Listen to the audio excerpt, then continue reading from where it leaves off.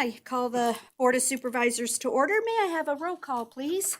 Supervisor Giammi. Here. Supervisor White. Here. Supervisor Jones. Here. Supervisor Schutte. Here.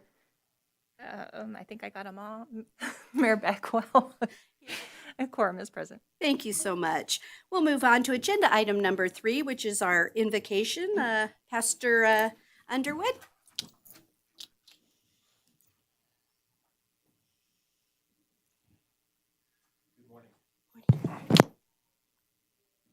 Good morning.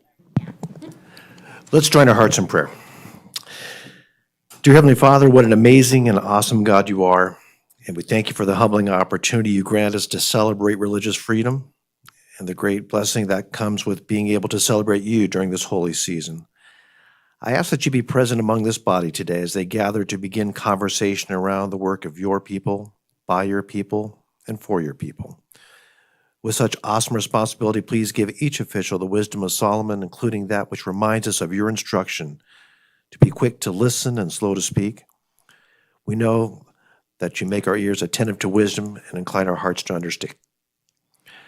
Father, many are the things that fill the hearts and minds of these leaders you've called into your service. In this way, I pray that you would give them all of your peace, which surpasses all understanding, to know that you are sovereign and that you hear our prayers. And as they approach you in quiet times of solitude and reflection, I pray that your peace would guide them and comfort them and give them rest. These faithful officials bear much upon their shoulders, so prevail upon them the promise that your yoke is easy and your burden light. Thank you, Lord, for these faithful servants, and please draw them near to them today and set about performing your work in your way. In your most precious and holy name. Amen. Thank you so much. Thank you. Will you all join me in the Pledge of Allegiance, please? I pledge allegiance to the flag of the United States of America and to the republic for which it stands, one nation, under God, indivisible, with liberty and justice for all. Thank you. We're going to move on to agenda item number 5, which is our public comment period. Do I have any public comment on the phone? There are no callers on the line at this time. Okay, then we're going to move to our audience public comment. And Eric, you guys are signed up first, and Colleen, you might help them? Absolutely. No problem. As long as it is green. You push the button once, let go. There you go. Here we go. Okay, I'm here to address item 22. Could you state your name for the record, just so she can pick it up? Eric Johnson, Thank you. signed in here. I'm here to address item 22B, the affordable housing project on Bud-Eye.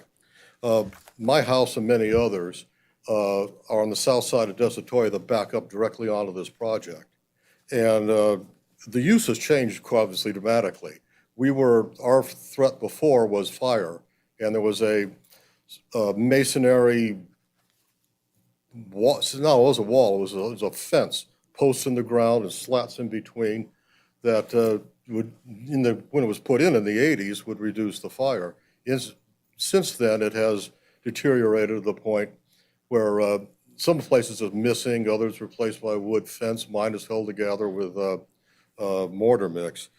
If that's the only separation that so far we see between us and 600 plus people in a high density housing, and I want to mitigate the harm to the impact, rather I should say, to our community, those houses, and I think the best way to do it is a block wall. Replace or supplement this with like an 8-foot block wall that can contain the sound and hopefully also any trespass or worse that may come through it.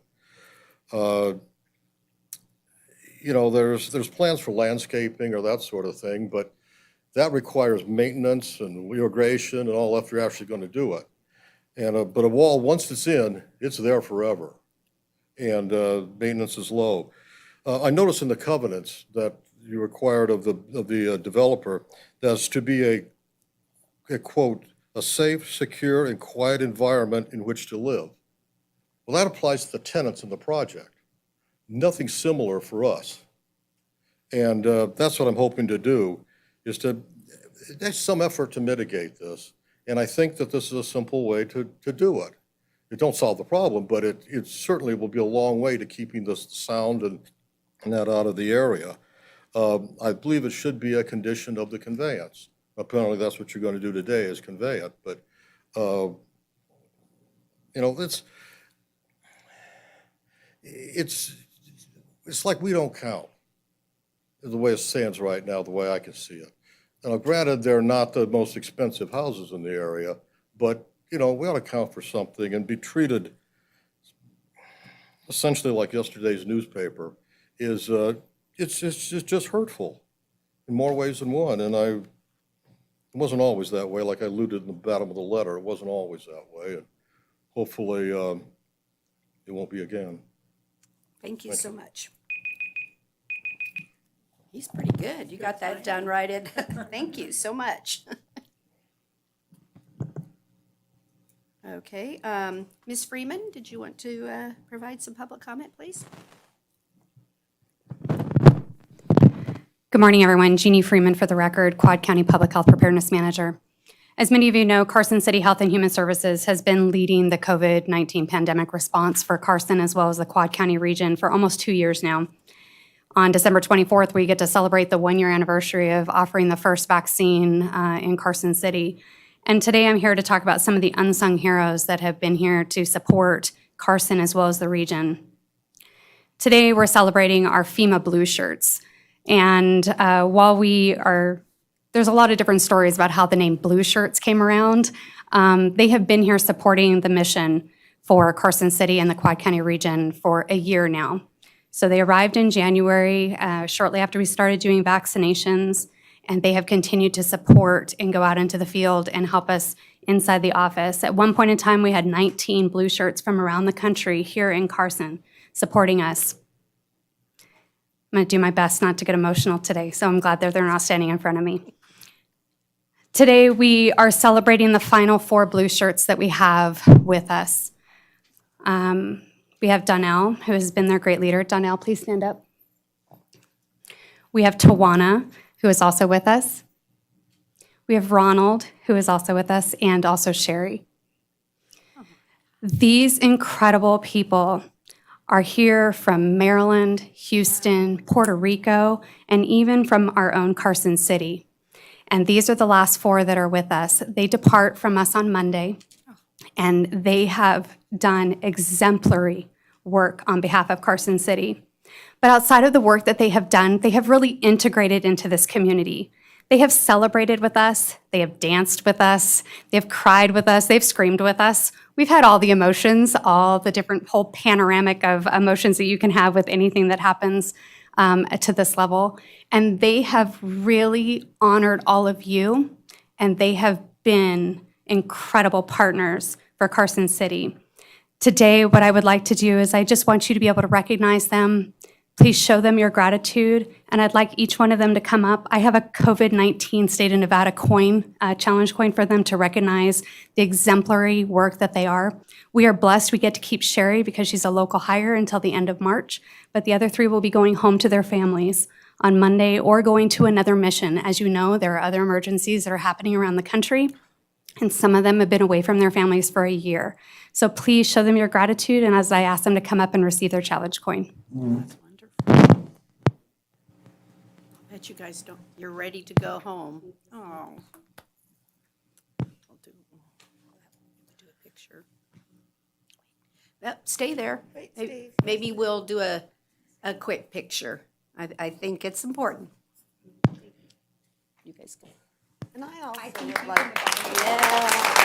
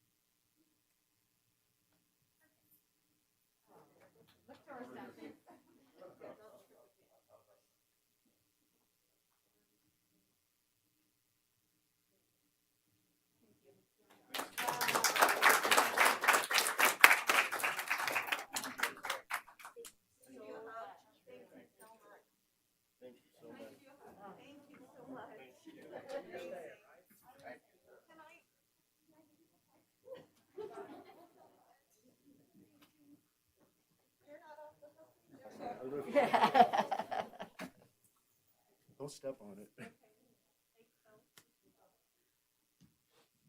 Wow, that's pretty fantastic to get help. That's what America's good about. When you need help, people are there. Thank you. I think we had Courtney. Come on up.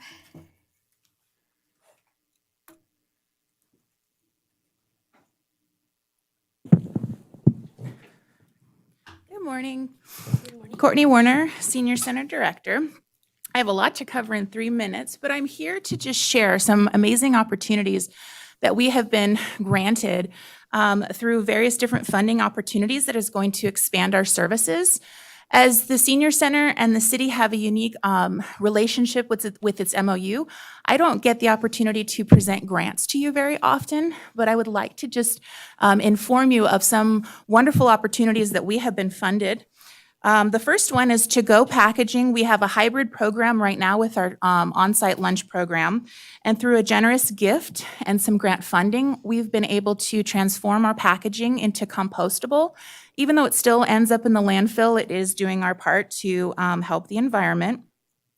We have received a $10,000 gift to pilot a social connection program through Meals on Wheels of America to help combat senior isolation and loneliness. We have received a technology grant, just over $22,000, which is going to upgrade our Meals on Wheels software to bring technology into deliveries using an app-based service that will help with welfare checks and communication, and also increase efficiency so that our staff are no longer manually entering through multiple systems to track our data. We received over $32,000 to do an outreach and marketing campaign over the next 18 months to expand our services to all populations, including Spanish-speaking communities, just to make sure that everyone is aware of our services. And then lastly, we received just under $720,000 to remodel our dining room.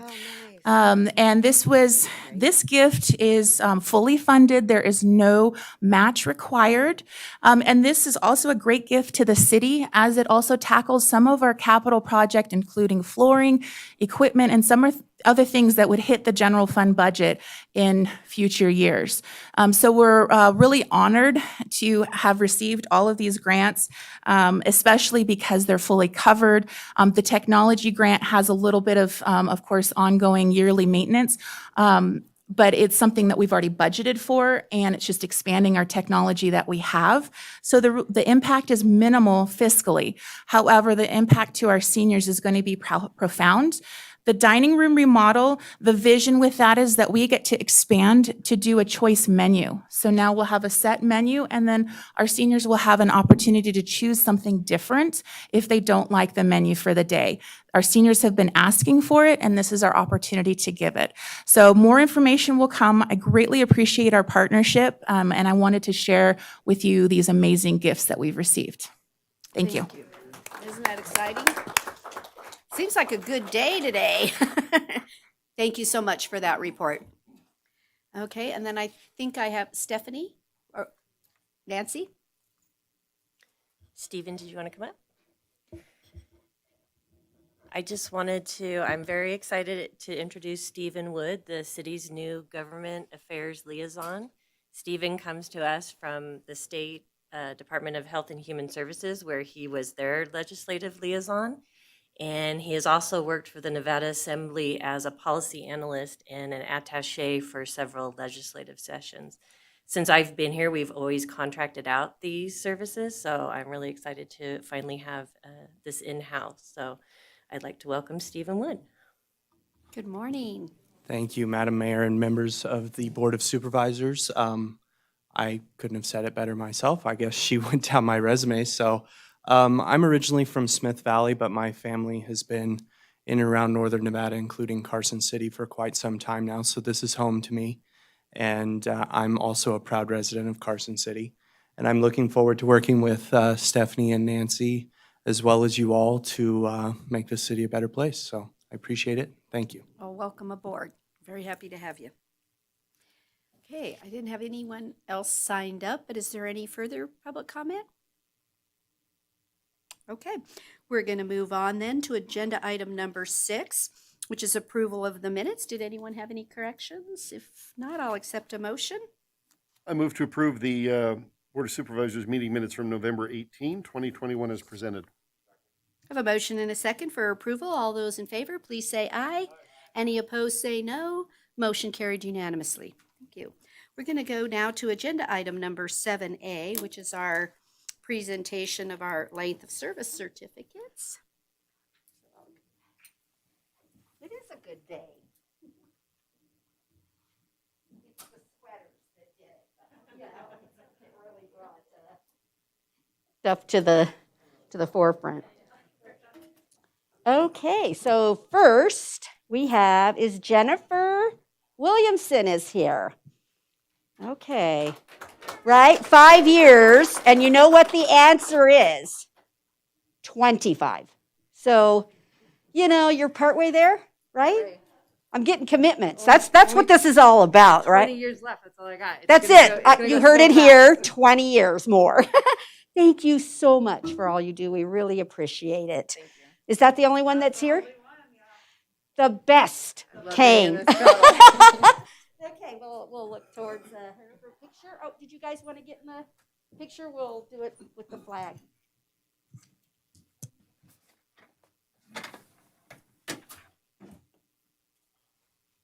Go ahead. Here's one here for all of us, I think. You get right.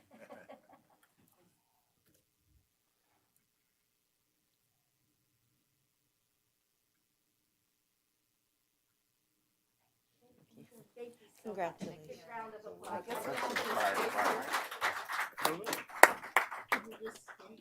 No, I think we're done. That's all there is.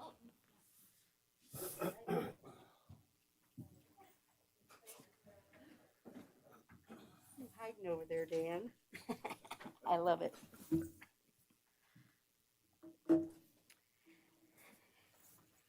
Okay, we're going to move on to our consent agenda item. We are going to pull item 10A for further work, so the consent agenda will not consist of item 10A. Is there anyone else that wants something discussed? Okay, I'll take a motion for the approval of the consent agenda with the exception of item 10A. I move to approve the consent agenda consisting of item 8A, 9A, 11A, 12A, and 12B, 13A, 14A, hold on, period. Yeah, just in case. Do I have a second? I second. I have a motion and a second. All those in favor, please say aye. Aye. Any opposed, say no. Motion carried unanimously. Thank you. Okay, we didn't have any items pulled for discussion. We are now on agenda item 16A, which is for possible action, the appointment of 2 members to the Carson City Regional Transportation Commission to fill a term that expires December 2023. Miss Paulson, did she go out to see who she could get? I was going to say, it's my understanding that Ramona withdrew her from consideration. Just want to make sure. Is that correct? We have Ramona that is withdrawn. That's correct. And I don't believe Brent is here, And no Brent. but I think he still wanted to have his application considered. So we'll consider his application on the record. That is the same. Mr. McQuarrie is requesting a reappointment, and as this board knows, we do not require reappointments to appear again, as they've had their service, and we can consider their application. So first on the list, I believe then we have Mr. Hooley. Yeah, come on.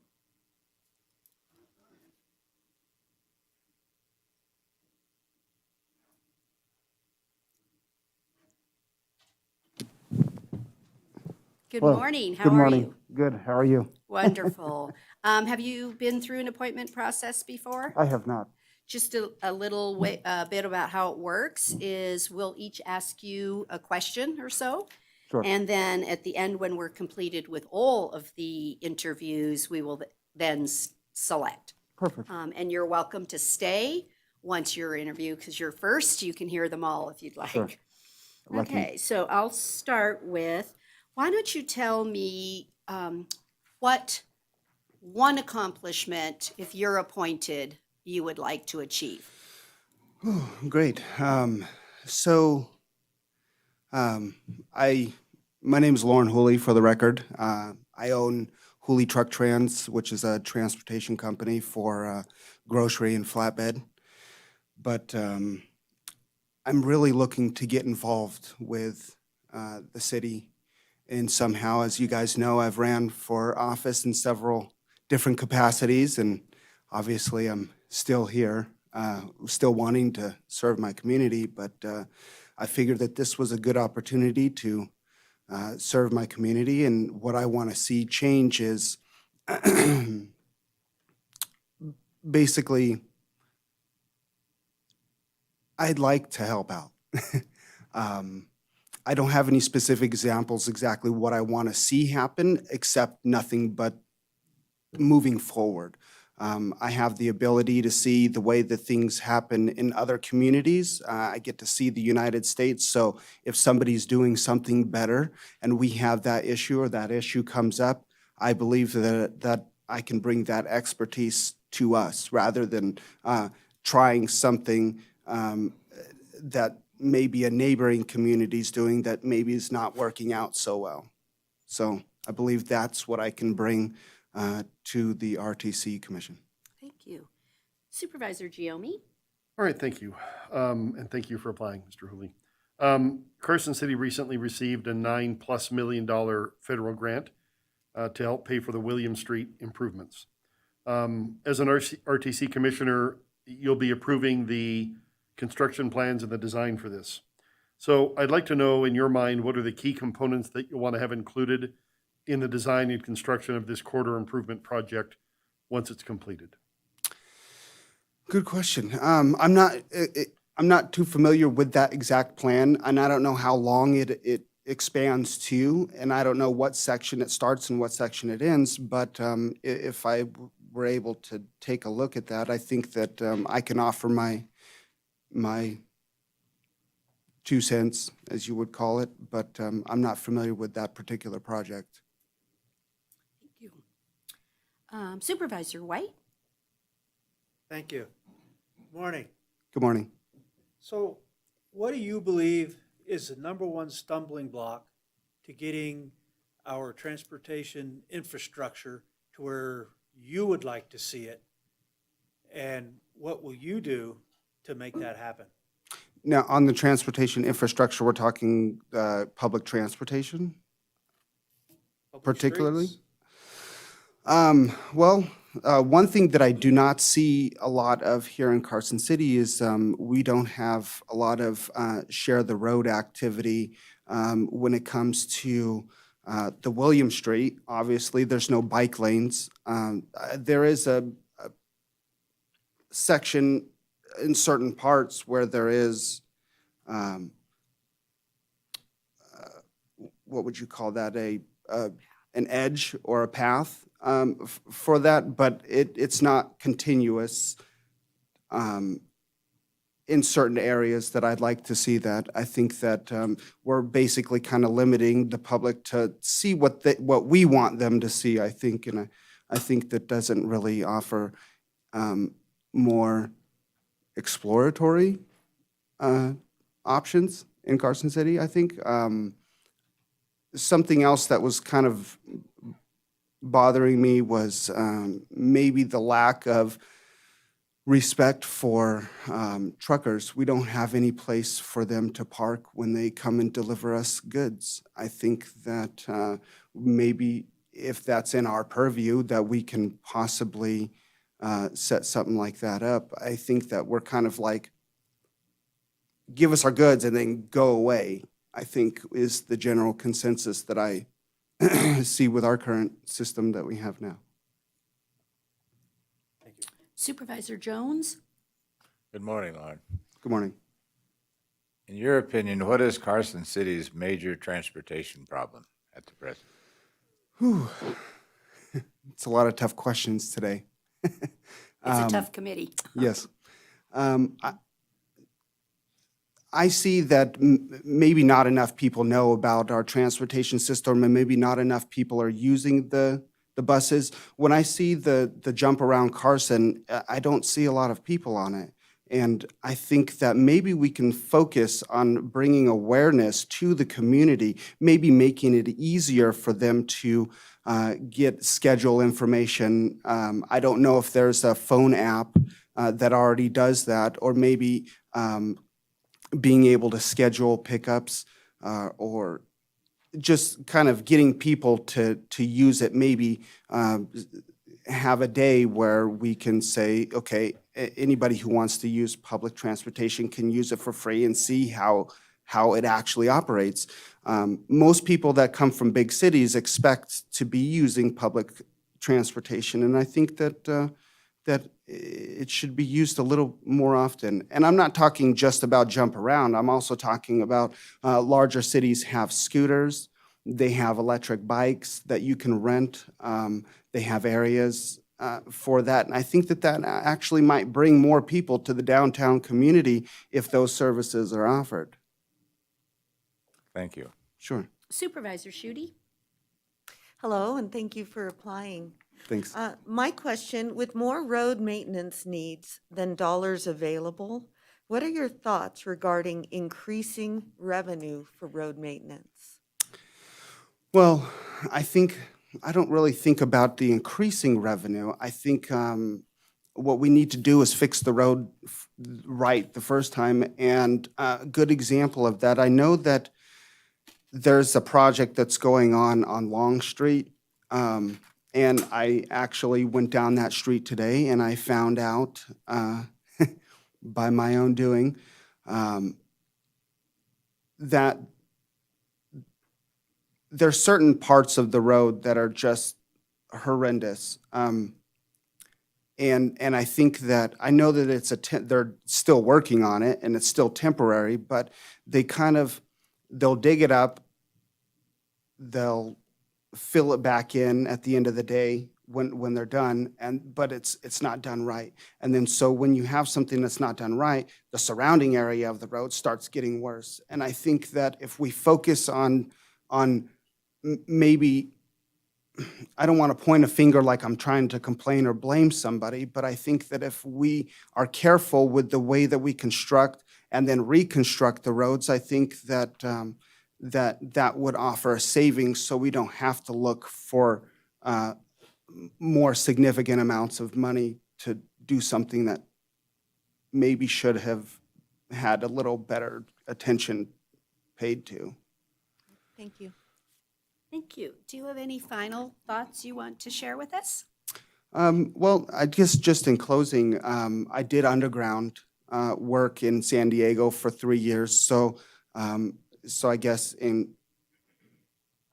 to make it simple in blunt terms, I know what goes in the ground, I know what goes on top of the ground, and I know how it goes in, and how everything goes around the ground. So I just thought that this was a perfect opportunity since I am in transportation. I am very resourceful. I can try to mitigate costs somewhat to keep it low so that way the city's not continuously spending money. I think that we can focus on those general areas.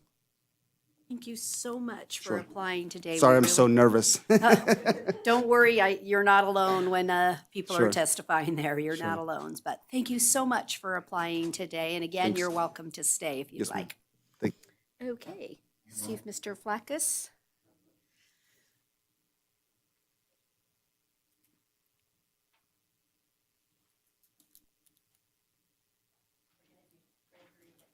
Oh, sorry, we're gonna do Gregory Novak. Hi. Yep, if you push the button once, it'll stay green there, and then if you'll Okay. state your name for the record. For the record, Gregory Novak. Great, thank you so much for applying today. How the process will work is each of us will ask you a question, and then when we're done interviewing all of the candidates, we'll make a decision. So upon the completion of your interview, you're more than welcome to stay and see the results if you'd like. Thank you. Okay, so my question is, if we appoint you, what is the one accomplishment you'd like to do? It's not a one-man struggle, but I would like to see the freeway completed, since I worked on it. That's okay, perfect. Supervisor Giomi? All right, thank you. Thank you for applying, Mr. Novak. I don't know if you read in the paper, but Carson City recently received a $9+ million federal grant The raise grant. to complete or to help us pay for the William Street improvements. As an RTC commissioner who will be approving the construction plans and working on the design for this project, I want to know in your mind, what are the key components that you'll want to have included in the design and construction when this corridor improvement is completed? Well, similar to what you did on South Carson Street and Curry Street as well, all your infrastructure, besides the transportation aspects. You're going to be using that to clean it all up. And then essentially making it a complete street. You know, there's room for cars, there's room for pedestrians, there's room for bicyclists, you're going to have transit turnouts, and I think it will be a good project all the way to the freeway. Supervisor White? Thank you. Good morning. Good morning. In your opinion, what's the number one stumbling block to getting our transportation infrastructure to the level you want it to be? And what will you do to get it there? I'd say it, as in most areas, it's just a funding shortfall. And I know you've had votes up to the people and not everything is passed, but I think you just have to pursue all the funding opportunities, grant opportunities, and use whatever revenue you do have in the most cost-efficient manner. Thank you. Supervisor Jones? Good morning, sir. In your opinion, what is Carson City's major transportation problem at the present? Well, you guys do okay on snow, I'll tell you that. The state had a 2-hour delay today. Yeah. Right? You guys were open. I'd say overall, it would be the funding aspect. You just need more money. You can only do so much, and I think your pavement management program is good, the way you've grouped things around, but you know, there are just more needs out there than money. And I think we all agree safety is the number one aspect, but there's only so much you can do by spending money on that. There's a lot of cooperation you need between the drivers and the pedestrians and everybody. Thank you. Supervisor Schutte? Well, you actually have answered my question a couple times, and what my question is with more road maintenance needs than dollars available, Right. What are your thoughts regarding increasing revenue for road maintenance? So can you build on that? Yeah, first of all, I think you might be able to get some more money through NDOT, through the new infrastructure bill that just passed. I mean, at 2,700 pages, there's a lot in there, but basically, the state's going to get 20% more, which isn't a lot relative, but it's better than other. I'm not sure what's going to come of the Build Back Better bill if that ever passes. But I think just looking for other opportunities, and sometimes there's public-private partnerships if there's development going on. And you know, one aspect of Carson City that I don't hear brought up too much, but besides being the state capital, you've got federal lands all around you between BLM and Forest Service. Federal highways, one of the things I dealt with was the Federal Lands Access Program, the FLAP program. It's done Kings Canyon, and you can apply for those. And, you know, there's other opportunities. There's also Indian Reservation Road money that maybe the tribal folks could go after. So I think there's a lot going on in this small little county. And I know you guys We always work. agree with that. There's a lot Yes, going on. all the time. Thank you. So do you have any final comments you'd like us to discuss? You know, I wrote the resume short and sweet since I worked for 47 years, and you didn't want to read that. And when I used to review and hire people, I'd like shorter and sweeter and just know what's going on. But basically, I know most of the transportation folks, and I know your other citizens on the committee as well. So I think it would be a good fit, and I'm ready to get back to work. Okay, thank you so much for applying. We really appreciate it. Okay. Thank you. Okay, she's going to see if Mr. Flaccus is here.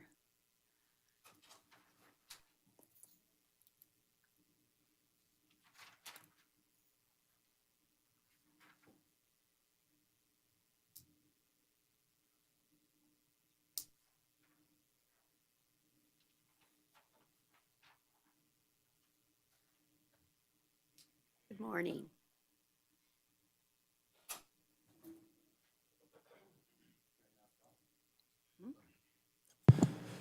Great, if you'd state your name for the record. Good morning. My name is Samuel Flakus. Good morning. I want to thank you so much for applying for the position today. So what we're going to do is each of us will ask you a question, and then you can do a closing statement, and then you're the last one, I think, unless Mr. Layton arrives. Okay.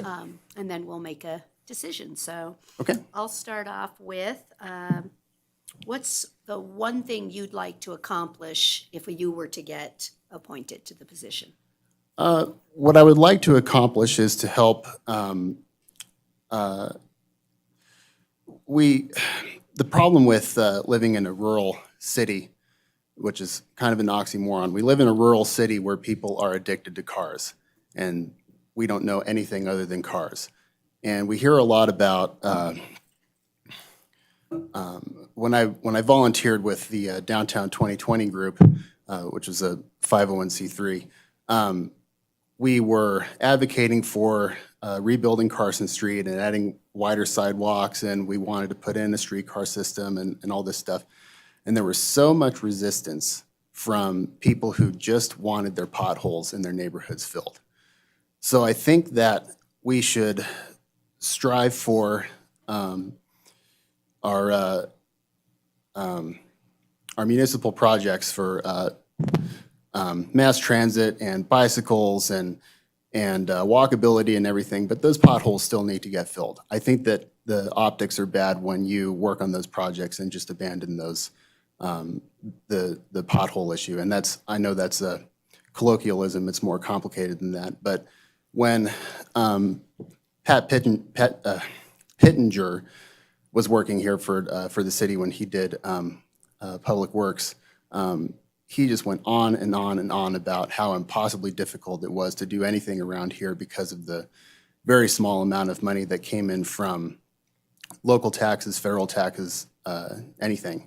In fact, I ran into him on accident at the intersection of Research Way and College, and he talked all about how this new stoplight just ate up his entire budget.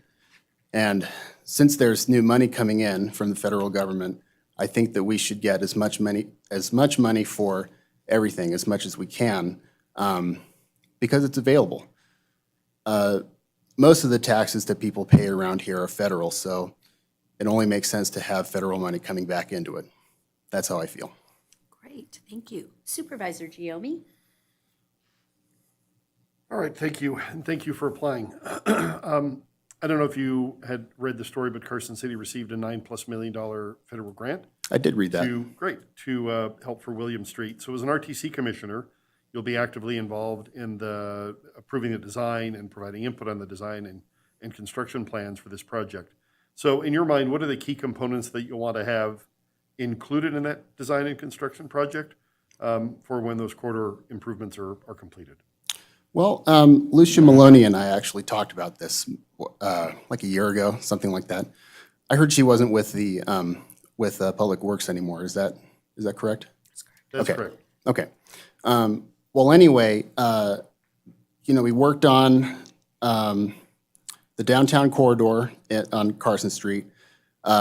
We rebuilt with the Tiger Grant the south part of Carson Street, so now it's William Street's turn to be worked on. And that corridor is especially important because that happens to be the route where the V&T was laid. And I used to know a guy at the Railroad Museum named Terry Ward, who died earlier this year, but he used to work at NDOT in the right-of-way department. And long time ago, back in had to have been the early 90s when during the planning phase of the freeway, he managed to widen. Somehow he was able to talk the state into widening the overpass that goes over Highway 50 to actually accommodate that right-of-way where those invisible tracks are.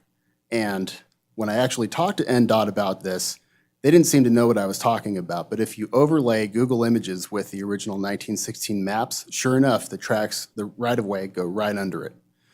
So it takes a lot of money. I have a report that was put together by Mannered Consulting, and I got my own copy. The city got its own copy. I don't know how Public Works didn't get their own copy, but I let them borrow it and they made photocopies. But anyway, it is shockingly expensive to build those kind of projects. It's really hard. I think that the VNT is a very underutilized resource, and people have no problem spending a lot of money on something that's going to be used all the time. 2 weekends, a couple of weekends a summer is not a good investment in those people's eyes. So I think that we should be using it all the time. So my point being, having to do with William Street, is that if you know that you'd like a railroad there someday, but you can't afford it now, you can set aside that right-of-way for landscaping and bike path in the future. And that's something that you can do with money now that people can use until you can afford to build a light rail system later, if you wanted. But it wouldn't be a waste of money to spend a smaller amount of money now. The South Carson Street project was okay, the way that it was built, and I've used it several times. I've walked it, biked it. It's okay, but I would have liked to have seen bike lanes on both sides so that if you're going from here to here, you don't have to cross over, bike up, and then cross again. It's a little awkward, but I do get it. I do like it, it's okay. So that's my thought. Thank you. Supervisor White? Good morning. Good morning. In your opinion, what's the #1 stumbling block to getting our transportation infrastructure to the level you would like to see it? And what will you do to get it there? I think public resistance is quite a big stumbling block. I know that you know as well as I do, anybody here knows as well as I do, that there are some people who want the right things for our city but don't want to pay for it, or they don't want to pay for it and they don't like change no matter what. So it would be wrong to say, well, oh, you guys are all imbeciles, you don't know what's good for you.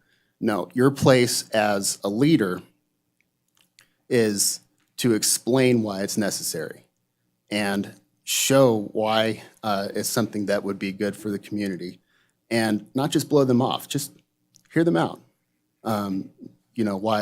Why it would be important.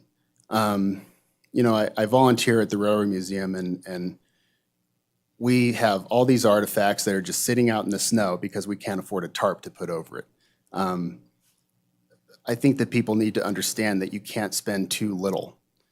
And I'm not advocating for being a big spender or anything, but if you don't spend enough now, you're just throwing money away. Like, why would you buy a dumpy jacket that you're going to replace in a year? Like, get a good jacket so you can use forever. I mean, that's just an analogy. But I think that the public needs to know why it's important that money be spent on the right things and not just something that's going to have to be replaced later. Thank you. Supervisor Jones? Good morning. Good morning. In your opinion, what is Carson City's major transportation problem presently? Our major transportation problem is the fact that we've spread out as much as we have. Has anybody read Mark Twain's Roughing It? He talks about coming here in 1863, I think, right before statehood, and he actually mentions in this memoir, which is somewhat, he was finding his footing with his ability as a writer, so you can't take it too seriously. However, he mentions how compact Carson City was in the middle of a big plain, where it didn't need to be compact, but it was compact anyway. You had big 3-story buildings like the St. Charles Hotel, and the whole thing was walkable. Starting in 1923, when the VNT was bypassed by the highway system, with 395. The federal government had money left over from the war effort that from fighting World War I, and so they put that infrastructure money into the states, which is how that highway got paved with concrete. And the V&T became irrelevant right then and there. It became trucking, and it took several decades for it to die, but you could start to see on the old maps, you can see where the city starts to pancake, where you must have a car in order to get around. And I walk as much as possible when I can. I walked here this morning. And I'm a believer in being able to walk places, but I don't think that the internet age has made that irrelevant at all. I think that in the future, if we really want to make our city sustainable, any city sustainable, we need to be making it so that you don't have to have a car. We're kind of stuck with what we've built now, and we need to make that work. The bus system, you know, we have a good bus system, but there is a lot to be desired. I would like to see electric buses, catenary buses. You know, there's a lot of grants out there for being able to improve those systems. Thank you. Supervisor Schutte? Thank you for applying. You're welcome. My question, with more road maintenance needs than dollars available, what are your thoughts regarding increasing revenue for road maintenance? I think that it makes sense to raise funds from the people who are using those roads. I do think that that makes sense.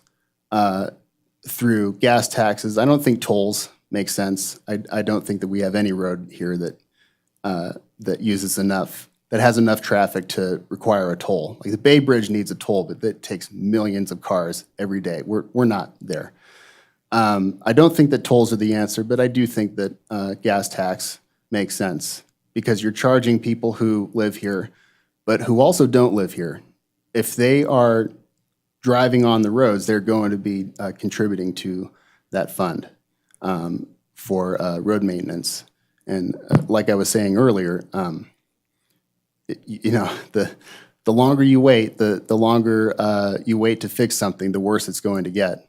And sometimes just patching up a pothole isn't good enough. Sometimes you have to start over and get down to the dirt and rebuild the road itself. So yeah, I believe that you should pay for what you use. But also, if we're moving in the direction of sustainability, the way around that, if you really don't want to be paying those kind of fees or gas taxes or anything, that only makes walkability more enticing. Thank you. But that's only one solution. Thank you. Okay, do you have any just final thoughts you'd like to share with us? I always think of my final thoughts after I leave, so I'll think of it later. Not in the middle of the night? Yeah, No, that's of what course. happens to me, Yeah. 2 a.m. Okay, well, thank you so much for interviewing with us today. We really appreciate it. Thank you very much. Thank you. We'll see, by any chance, do we have Mr. Layton? Just to double check.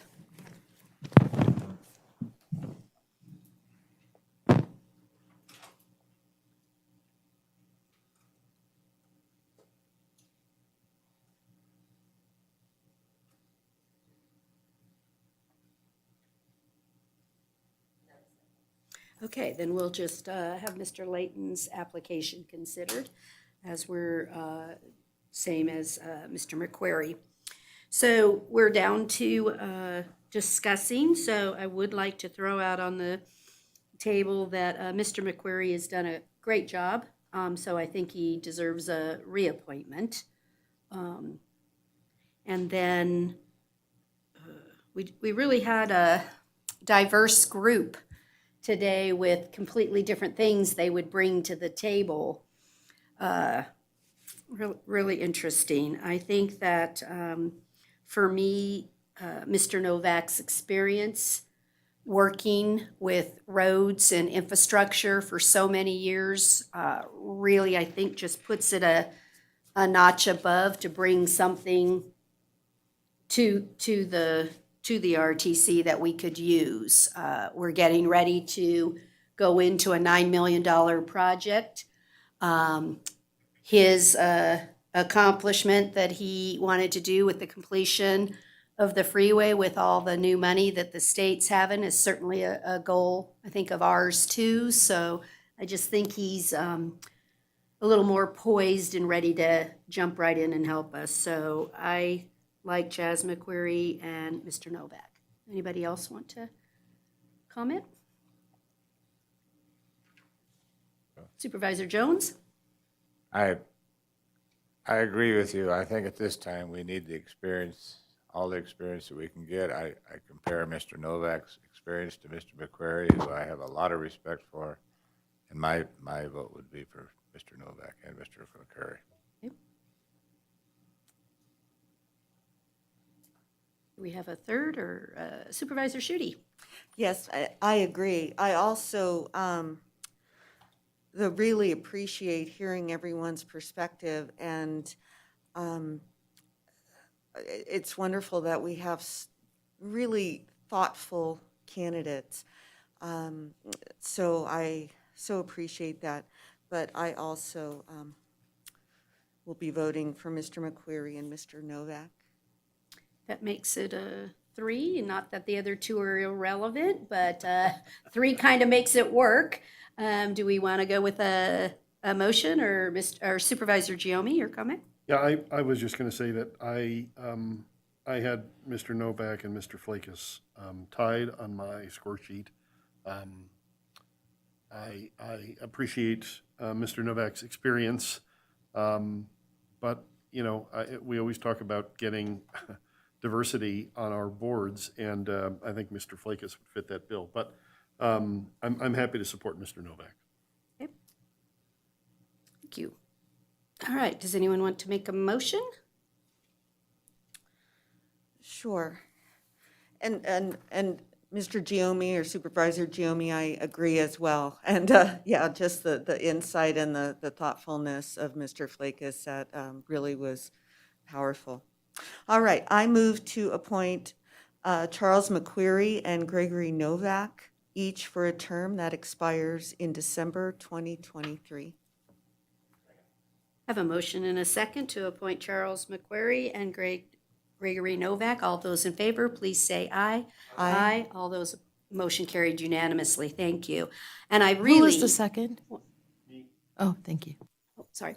I really want to thank you all for applying. Like I said, you brought very different perspectives, and they're all important. There wasn't a perspective that isn't important because you really reflect the community as a whole. And so just can't really thank you enough, and keep applying, because there will be a spot or something that you can do to help your community. So I really want to thank you for that too. Okay.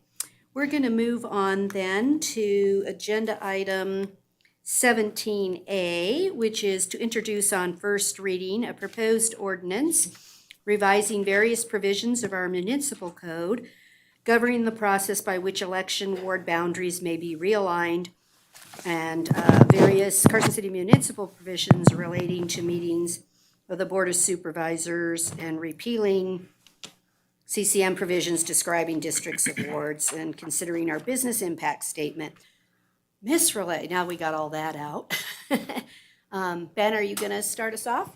I sure will. Okay, Mr. Jones. Ben Johnson, Senior Deputy District Attorney for the record. Good morning, Madam Mayor and Supervisors.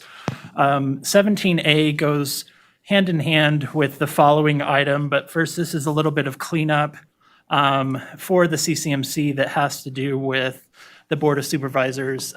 When we were going to do the new redistricting maps, it was discovered that CCMC wasn't entirely consistent with the city charter. There was a previous amendment that was made to the code that said that the board could adopt the map by resolution.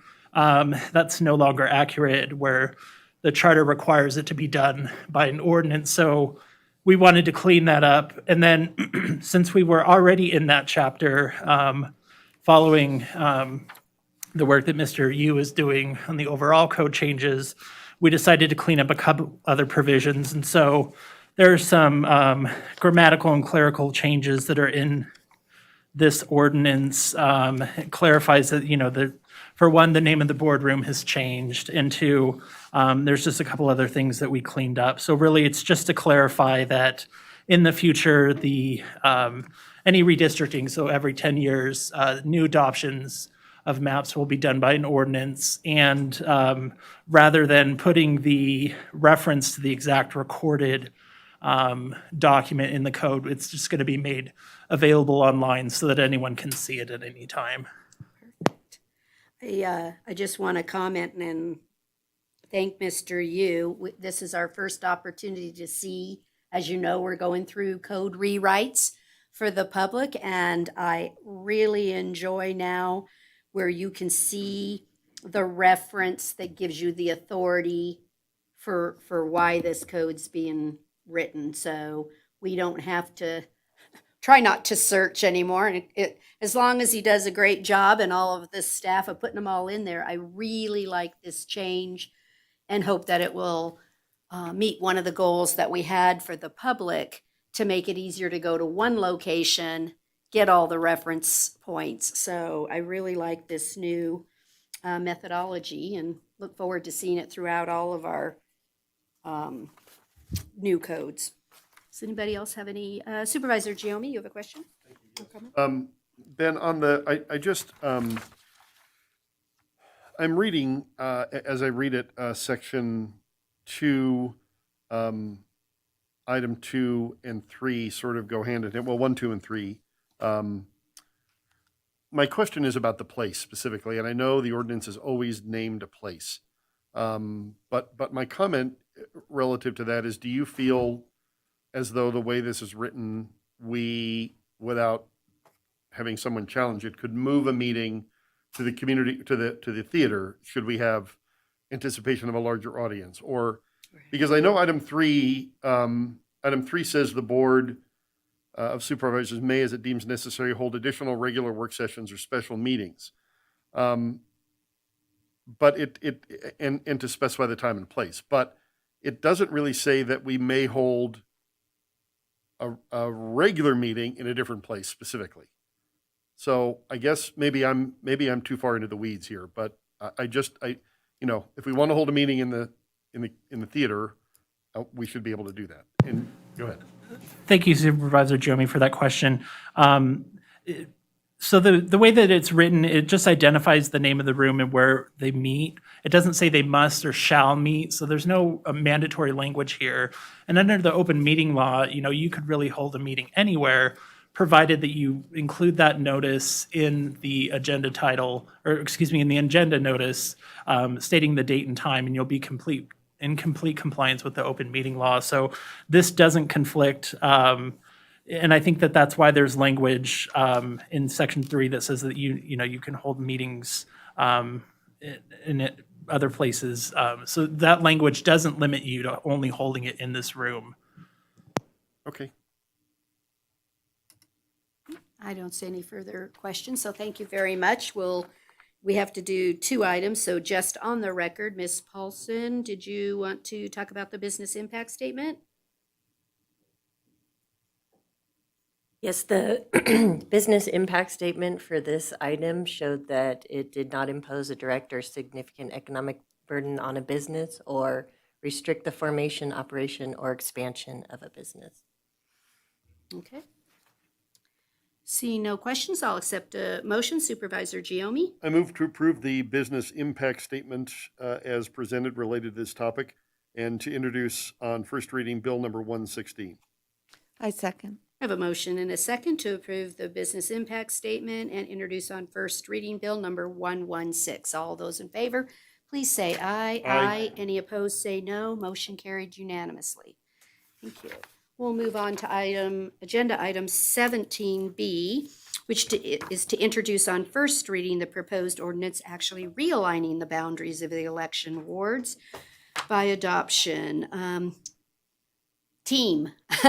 We're going to start with Aubrey. Okay. Okay, good morning Supervisors. Thank you for having us this morning. As stated, my name is Aubrey Rolette, County Clerk Recorder, and I have with me my Chief Deputy Miguel Camacho, Tyler Jesse with GIS Asset Team, and Ben Johnson, of course, with our DA's office. This item is to go over how our redistricting team went through the process of redistricting the board round boundary map. Typically, this process begins much earlier in the year. However, due to COVID-19, it became a process that happened much later in the year, so we were under a lot of pressure to get it done by the end of the year. We had a lot of help from different departments, the DA's office, the city manager's office, all of our team here and staff, and I wanted to thank everyone because it was a difficult task to undertake. This slide here just demonstrates that there was a minimal population increase between 2010 and 2020 for Carson City. There was a 3,365 increase of population.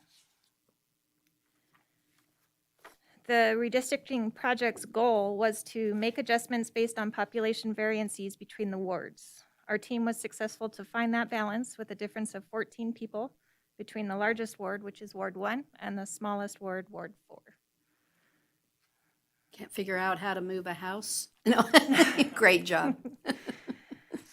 This slide here demonstrates the continued population equality that was among the wards between 2010 and 2020. So the blue columns represent 2010, and the orange columns represent the population distribution for 2020. Each ward gained, it's an approximate about 830, 840 individuals per ward. We did hold a public transparency opportunity that ran from November 18th through November 30th, where we allowed members of the public to go online, view the current, the proposed, and then the overlaid combined map to see where the differences were going to be. We had 2 comments that came through, and one was for the tribal communities. They wanted to make sure that their communities of interest were held together, and they were in fact all maintained within Ward 4. With Carson City, we're fortunate in that we vote at large. So if there's a candidate on the ballot for Ward 1, if you live in Ward 4, you may still vote for that candidate on the ballot in Ward 1. So that is an opportunity that Carson has for its voters. But we did look into it, and these communities of interest that expressed a concern were wholly within one ward. What was the other comment? The other one was that we did a great job. Excellent.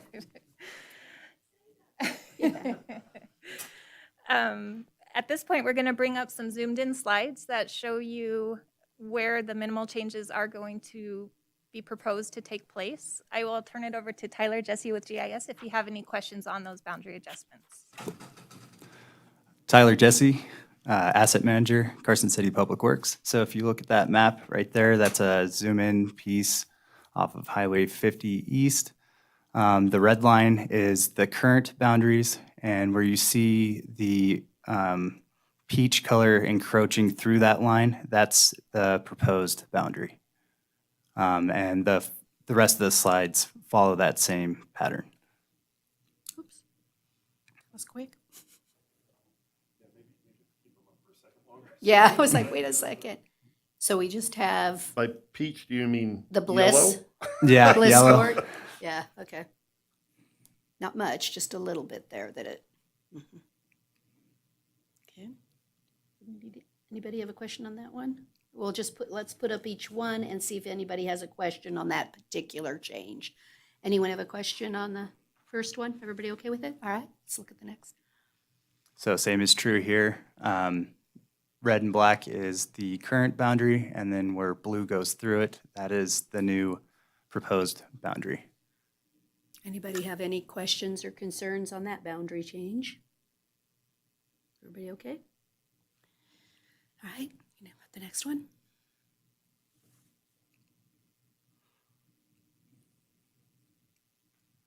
Again, red and black current boundary, and where the yellow or peach or whatever you want to call it is encroaching through that line, that is the proposed boundary. Did that one have the most change? I think it's this one or the next one. Okay. Anybody have any questions on any concern? Okay. That's actually all the Oh, is slides. that the That's last all. one? I was gonna Okay. say, I think that looked like the most. Okay. Anyone have any questions on any of the map proposals? I think you guys did an excellent job. Maybe like you said, we were fortunate we didn't have such a huge swing that it made us have to really work hard to get equivalency. So good job on that. Ms. Paulson, the business impact statement, please. Once again, on this item, the business impact statement finds that the proposed ordinance will not impose a direct or significant economic burden upon a business or directly restrict the formation, operation, or expansion of a business. Thank you. Supervisor Jones, are you ready to make a motion? Go. I move to approve the business impact statement as presented. I also move to introduce the first reading bill number 117. I second. Second. I have a motion and a second to approve the business impact statement as presented and to introduce on first reading Bill number 117. All those in favor, please say aye. Aye. Any opposed, please say no. Motion carried unanimously. Again, a great testament to the work that you did for the public. Ms. Rowley? If I could just add one more statement. We do have a larger version of the maps printed out in the comments area for the public if they wanted to go out and review that at any time. Thank you so much. Thank you. Okay, we're going to move on to agenda item, let me just keep going, sorry, 18A, and this just deals with the final requirement for us to meet our charter, which was to establish the date where we'll do the second reading to remain in compliance. And so tentatively, is everyone all right with the December 30th, 2021 at 9 a.m.? Okay, I will accept a motion if no one has any questions or anything. Take a motion. Supervisor Giomi? I move to hold an additional regular meeting of the Board of Supervisors on December 30th, 2021 at 9 a.m. in the Bob Kroll Meeting Room. Second. I have a motion and a second. All those in favor, please say aye. Aye. Any opposed, please say no. Motion carried unanimously. Thank you so much. Clear that. Okay, we're going to move on to agenda item 19A, which is discussion and possible action regarding our authorization for Carson City Health and Human Services for our Title 10 grant. Ms. Aker, or just a question. Does anyone have any questions on this item? It's our standard Title 10 activity. If not, everybody's good. I'll accept a motion. Supervisor Schutte? I move to authorize submission of the grant application. I have a motion and a second for approval of the grant application. All those in favor, please say aye. Aye. Aye. Any opposed, say no. Motion carried unanimously. Thank you. Nikki's like, they should all be that easy. Yeah, okay. All right. We're going to move on to agenda item 20A, discussion and presentation on our financial highlights of the current year. The new acronym, which doesn't have a cute way of saying it, an ASFR, I don't like it. I liked CAFR. I must admit that had a better ring. But Ms. Russell. Thank you. First and foremost, I want to thank the Finance Department, as I do every year. This is a huge undertaking. It is a 225-page document with lots and lots of numbers, so it does take a lot of effort to put together. And I just want to thank my team. They're amazing, and there's no way I could do it without them. I also want to thank the board. I got some really great questions. You guys do really read this stuff, which is really makes my heart sing because we do spend so much time on it. And I wanted to note that we will fix the few typos that Lori, you found on page 3. There's an extra that. And then on page 205, we mixed up some of the FTE numbers. So we'll fix those too before we send it off to taxation. They're minimal. They won't affect your opinion. Speaking of, I also wanted to thank Hinton Burdick. They're our new CPAs. This is Chad Atkinson. He's our partner with Hinton Burdick. And they really asked some great questions. And for a first-year audit, it was pretty painless. Their newest auditor at their firm that was out here had 4 years of experience, which is kind of amazing. Usually we get, new people. So we really got their A team, and I wanted to thank them. So first, let me go through the financial highlights real quick. I wanted to, as Lori pointed out, it is now the annual comprehensive financial report, the ACFR, instead of the comprehensive annual financial report. And this is because the CAFR that we're so used to calling it and have been calling it for years is a profoundly objectionable racial slur in another country, or it sounds similar to that racial slur. So to be worldly and up with the times, GASB decided to change the acronym for all of the annual financial reports. So we just changed 2 words around, and it's now the ACFR. So real quick, on page 6, I wanted to say I'm very proud. We got the Certificate of Achievement again. This is the 31st year we've got it. For our last year, our fiscal 2020, that was still called the Comprehensive Annual Financial Report, but we did get the Certificate of Achievement for that. And that's on page 6 of the big ACFR this year. The independent audit report is on page 9, and they've given us an unmodified opinion. This is the best and highest level of assurance that the auditor can provide. So again, very proud of that. MD&A starts on page 12, and if you read anything in here, please read the MD&A. That is a very condensed summary of the entire document. Page 22 is the government-wide statement of net assets, and page 39 starts the notes to the financial statement. On page 46 of the notes, we do have some budgetary violations and deficit equity accounts I wanted to bring to everybody's attention. The stormwater fund, we had a budget deficit of $12,385. That was depreciation. It's a non-cash item that we didn't estimate our depreciation high enough. So expenses exceeded due to a depreciation error. We should have estimated that higher. So we're coming up with a plan, and we'll bring that before you in January as to how we're going to not let that happen again in the future. Workers' compensation, same kind of thing. There's a liability we have to book at year end, and we underestimated that liability.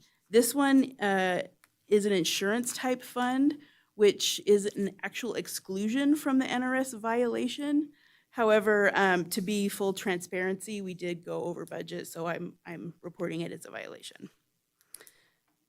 And then as far as the deficit fund equity balances, ambulance and group medical insurance, they've been negative for some time, and that's because of the PERS and OPEB liabilities that we have to report. That's a GASB entry that we have to report, so unless we have a huge cash balance to offset that, those are going to be negative for some time. The debt service is a little different. That one, the IRS is very behind in making their payments to us. And in 2013, we have an environmental quality control bond rebate program. It was called the EQCRB bonds that we went after. And we got them, and every year we get rebates to our interest payments that we make. And it's about $95,000 a year. And they're very behind. I just received the June 1st, 2020 rebate 18 months ago in November 6th. I just received it. So they're very, very behind. I'm hoping that we'll catch up this year. I plan on calling them every single month just to let them know we are still waiting for our payments till they get caught up. And this year, the single audit was completed timely, and it's all in one report again, so I'm very excited. Don't have to drag this out too far. Okay, so to go through the numbers really quickly, the net position governmental activities, you can see from 20 to 21 increased. Pretty much all of the numbers increased. It's due to, we did receive half of our American Recovery Plan Act, ARPA, money in June. So we had quite a bit of cash. We had some then deferred amounts that we didn't spend yet, so that's part of the increase in liabilities as well. We got a bunch of donated assets, and we had some grants for, obviously, the South Carson Street project. So, so everything increased quite a bit last year. Our net position increased by 46.5 million. Again, that's donated capital assets, and then our sales tax and property tax increased by about 10 million from last year. Oh, and our bonds payable decreased by about 6 million. So on the statement of activities, this is revenues and expenses. Again, everything increased in 2021. I mentioned most of it already. So it's a result of the donations. The biggest result is the donations, the grants, and then the additional taxes and property taxes and C-taxes. This is a breakout of our revenues. The property taxes makes up 61.9% of the total revenues. That's actually lower than it has been. Usually it's over 70%. The charges for services is about 11%. That's landfill, parks, health, court. The operating and capital grants makes up 26.9%, which is a lot higher than normal. Again, due to the roadway and street donations, Tiger Grant, CARES, ARPA, all that revenue. So it's a lot more even than it has been in the past. Expenses. This is very similar to the prior year. Public safety came in number 1, general government number 2. There was an increase in general government because that's where the CARES Act spending, most of that money went. And then again, public works and culture and rec come in real close on number for the 3rd highest expense.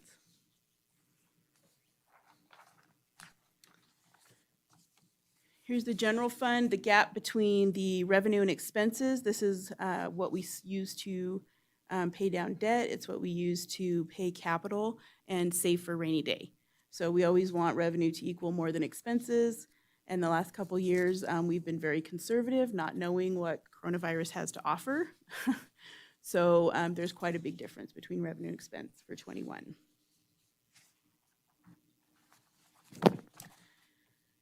And this is the slide everybody waits for.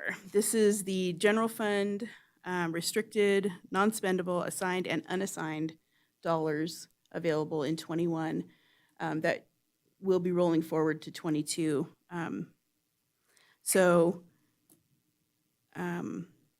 Basically, we budgeted for 22, $13.2 million approximately, and this ending fund balance is showing about $26.4 million. So we will have $13.2 million to roll forward into 22 to make those beginning match the ending. Now, of that, we have already taken some of that into account. $6 million of that 26.6 is already incorporated into the 22 budget, so it's already in that $13 million number, the beginning fund balance. So there's also about $800,000 of the undesignated portion that we've set aside during negotiations with the CCA, with the deputies.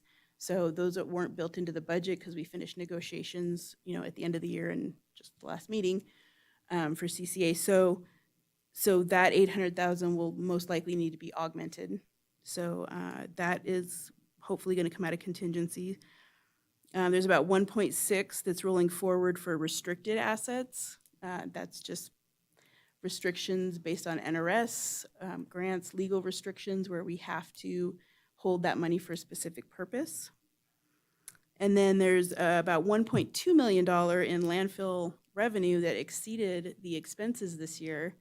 There was just a lot of home improvement during 2021. People were stuck at home and so they made a lot of extra revenue that we've have a previous contract with the landfill that will go toward their capital needs.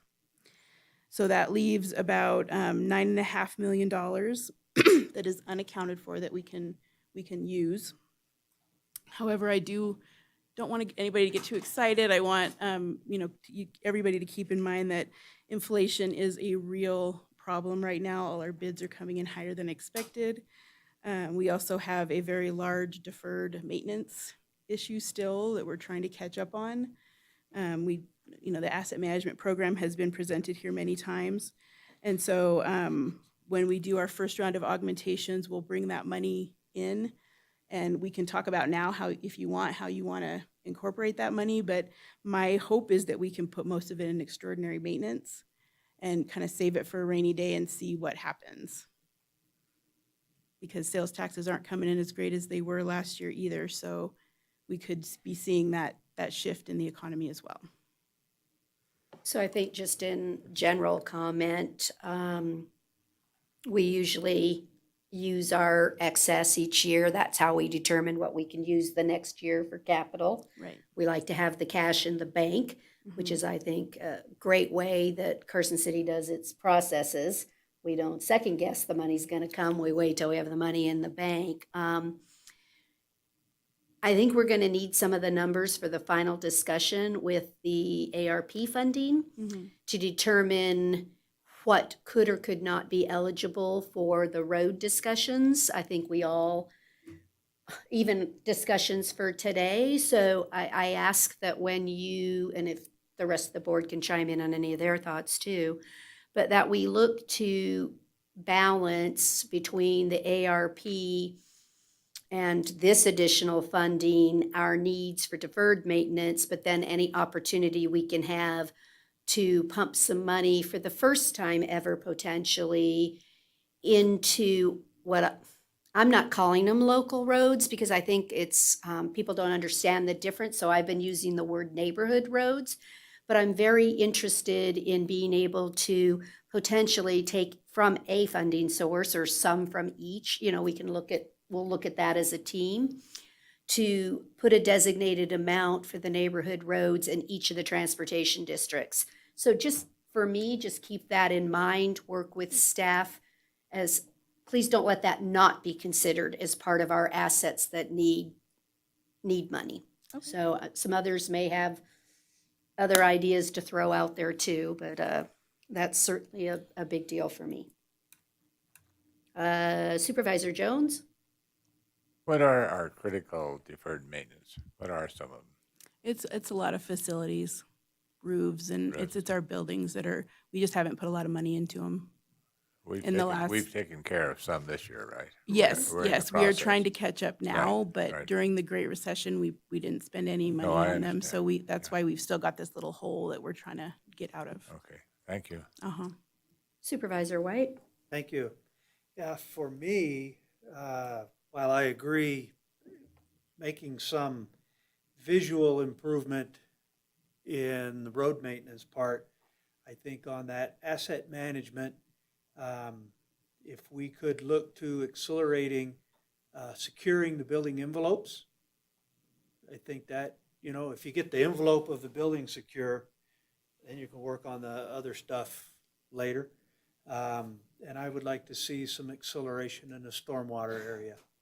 I think that, in my mind, is at the same level as the streets.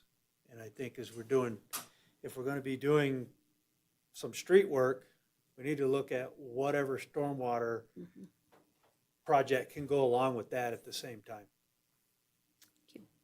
Okay, anybody else? Supervisor Yeah, as Jimmy? long as we're all talking. I don't want to discount what Sherry is saying, and I don't know that any of us are discounting that, but I want to reiterate that I think we should be cautious with spending money. And I'm not saying all the things that you mentioned are not worthy places to spend money, but I think we're still smack dab in the middle of the twilight zone. And, I don't know what tomorrow is going to bring, and I don't know that there's anybody on this earth right now who is doing anything good about predicting what our economy and revenues are going to look like. Agreed. So I think we should prioritize first saving a hunk of money for something that may happen in the future, and then I'm fine considering all the things that everybody else said. I mean, the investing in the things that our citizens have already paid for, like roads and buildings, is important. So I think that's critical too. So you're suggesting that maybe we, as a board, consider upping our ending fund balance from, we really had a goal, I'm not sure, just as, so a minimum requirement we have with the, the 8% area, but we really did put the goal in to minimum go is- to 16. Yeah, Right. minimum was 8.3 and Yeah. then max was 16.7. So maybe that's another thing. Yeah, even if we that- just, yeah. bring it up a percentage, what Yes. are, we're at 10, weren't we at 10 something? I think we were closer to 9, but if Okay. I could bring Right. it to 10. I Right. mean, if so we could maybe get it that's to a good 10, idea. and Yeah. then maybe talk about Right. what else to spend, I would Yeah. give me a little more comfort. Yeah, I would agree with I that. really just, Yeah. yeah, it's just, I don't care what you're reading, whether it's Wall Street Journal or USA Today or Or your own checkbook. yeah, or your own checkbook. Yeah. What is going to happen in the next year or two? Yeah, no, I 100% agree with you. Government's responsibility really is to look as far into the future as we can and make sure we're planning. And not every local government has done that well. We've done that very well here. We And have, and I want to thank I this was a board. part of that as an employee, Yeah. and I want to make sure I'm a part of that as a board, that we're not tying future boards' hands to the point where they are having to manage a city that has no resources. So I really think that's critical. Yeah. Not that the other things are not, but to me, they pale in comparison to that unknown in the future. Yeah, Thank no, I appreciate those comments. Thank you very much. Thank you. Supervisor Schutte? Thank you. I actually agree with everyone's comments. I think the extra monies that we have, and we spoke a little bit about this, absolutely for our savings. But as the mayor also pointed out with the roads, there are grants out there that if we can take advantage of them and have monies available on the matching side of it, I really think that would be a wise use of funds because then we get more for our money. And so I would really love to see an emphasis on that. And then, of course, continue with this deferred maintenance because as was mentioned even in the interviews, we have to be willing to spend the money in order to protect our assets. So, thanks. Great. Thank you so much. Okay, so I got a couple more slides here, just the business type activities. And they also increased just a little bit, each one. They were actually very similar to last year. The revenues and expenses. Revenues, we did have some increases based on capital contributions, and then the ambulance made a little extra this year. Again, probably all the trips due to the COVID emergency. So the net position increased there by 17.2%, or 17.2 million. We knew what Sorry, you meant. I was $million. like, huh? Sorry. All right, so if there aren't any further questions, I'll turn it over to Chad, our partner from Hinton Burdick. Go ahead. Thank you. Madam Mayor and members of the board, it's nice to be here this morning. I'm Chad Atkinson with Hinton Burdick CPAs and Advisors. I've got a few slides. I think Sherry's going to flash them up there for you. Pretty straightforward stuff. Got it. In my introduction, I just wanted to say thank you to the city and the city staff. It's a rare treat for me to be able to work with seasoned professionals like Sherry and her team. So it's been a pleasure to work with the city this year, working through By the seasoned, audit. you don't mean old, do you? No, I do not. I wanted to make sure. I just want to make sure. Absolutely not. Wow, brutal. Right Job on, for us today. right on the money there, yes. Yeah. It's been awesome to work with her, with Pam, really with all the departments in the city. I had many of my staff members come to me during the audit and say, man, everybody here is just so nice. I want to move here or something. So it's been great to work with them.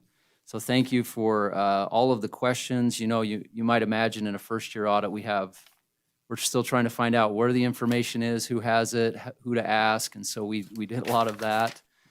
We appreciate the response there. Also, I wanted to say on our audit approach, we we did take the approach of having a seasoned team.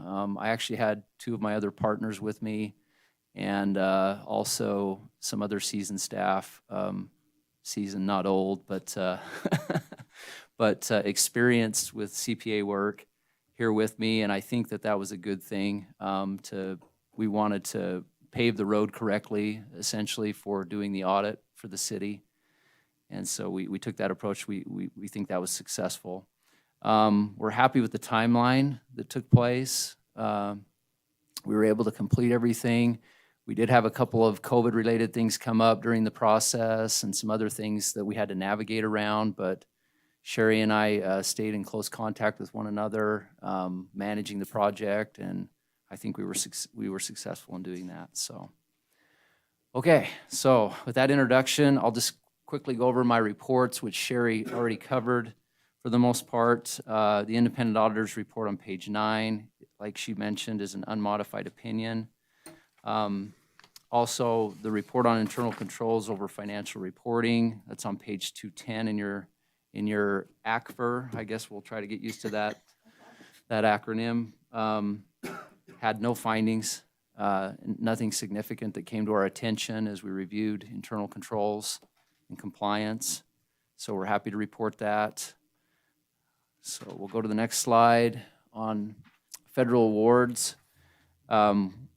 We did audit a few major programs. Let me see what those are. I should be able to remember.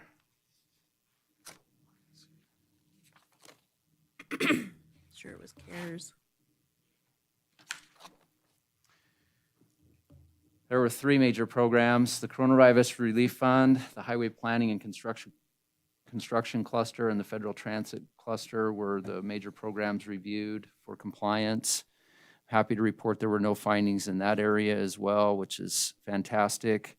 The summary of auditor's results on page 222 gives you a breakdown of the opinions issued. And also at the bottom, I like to point out that the city is a low-risk auditee, which makes the burden for auditing better for us. We don't have to look at it quite as many federal programs, and that's based on just the city's controls being good and compliance being good as well. So And that happy means to it's report. less expensive for us because they don't have to audit as extensively or as many programs. Yeah. So just for your guys' information, why that's good for us or the taxpayer means our accounting staff are doing a great job and keeping our costs low for auditing services. So thank you. Absolutely. Just wanted to point that out. It's continuing great. on. I had some information here. I think Sherry has already covered this, so I won't review this slide, but wanted to just point out a couple of things in the stewardship and compliance area on page 47, which we've already discussed. And then this final slide is really just some required communications with those charged with governance that I thought I would put up on a slide and see if you had any questions in any of these areas. Really, as we went through the audit, we do a lot of looking under rocks, so to speak, in our auditing work. And I could say, at least from my point of view, as I started to look under rocks, I found controls in place, policies in place, people that knew the answers. And so I think that's reflective of what the city's audit means. So It's great news. Does anyone have any questions? any questions for me? Supervisor Giomi? Yeah, I don't have a question, and maybe this is not quite the appropriate time, but I just want to applaud our staff and thank Hinton Burdick for their work. You know, to the uninformed, this is, you might as well stick a pencil in your eye. But to the uninformed, Yes. thankfully, we don't have any of those.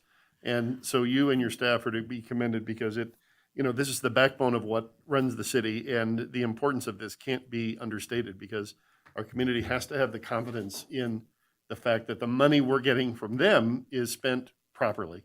And we have an outside firm that verifies that, but it's because of what you and your staff do that it's really like that. So please thank them for me. Absolutely. I will pass that along to my staff. Thank you. Anybody else? Nope. So thank you so much. We don't have an action item on this because it's just the overall report discussion.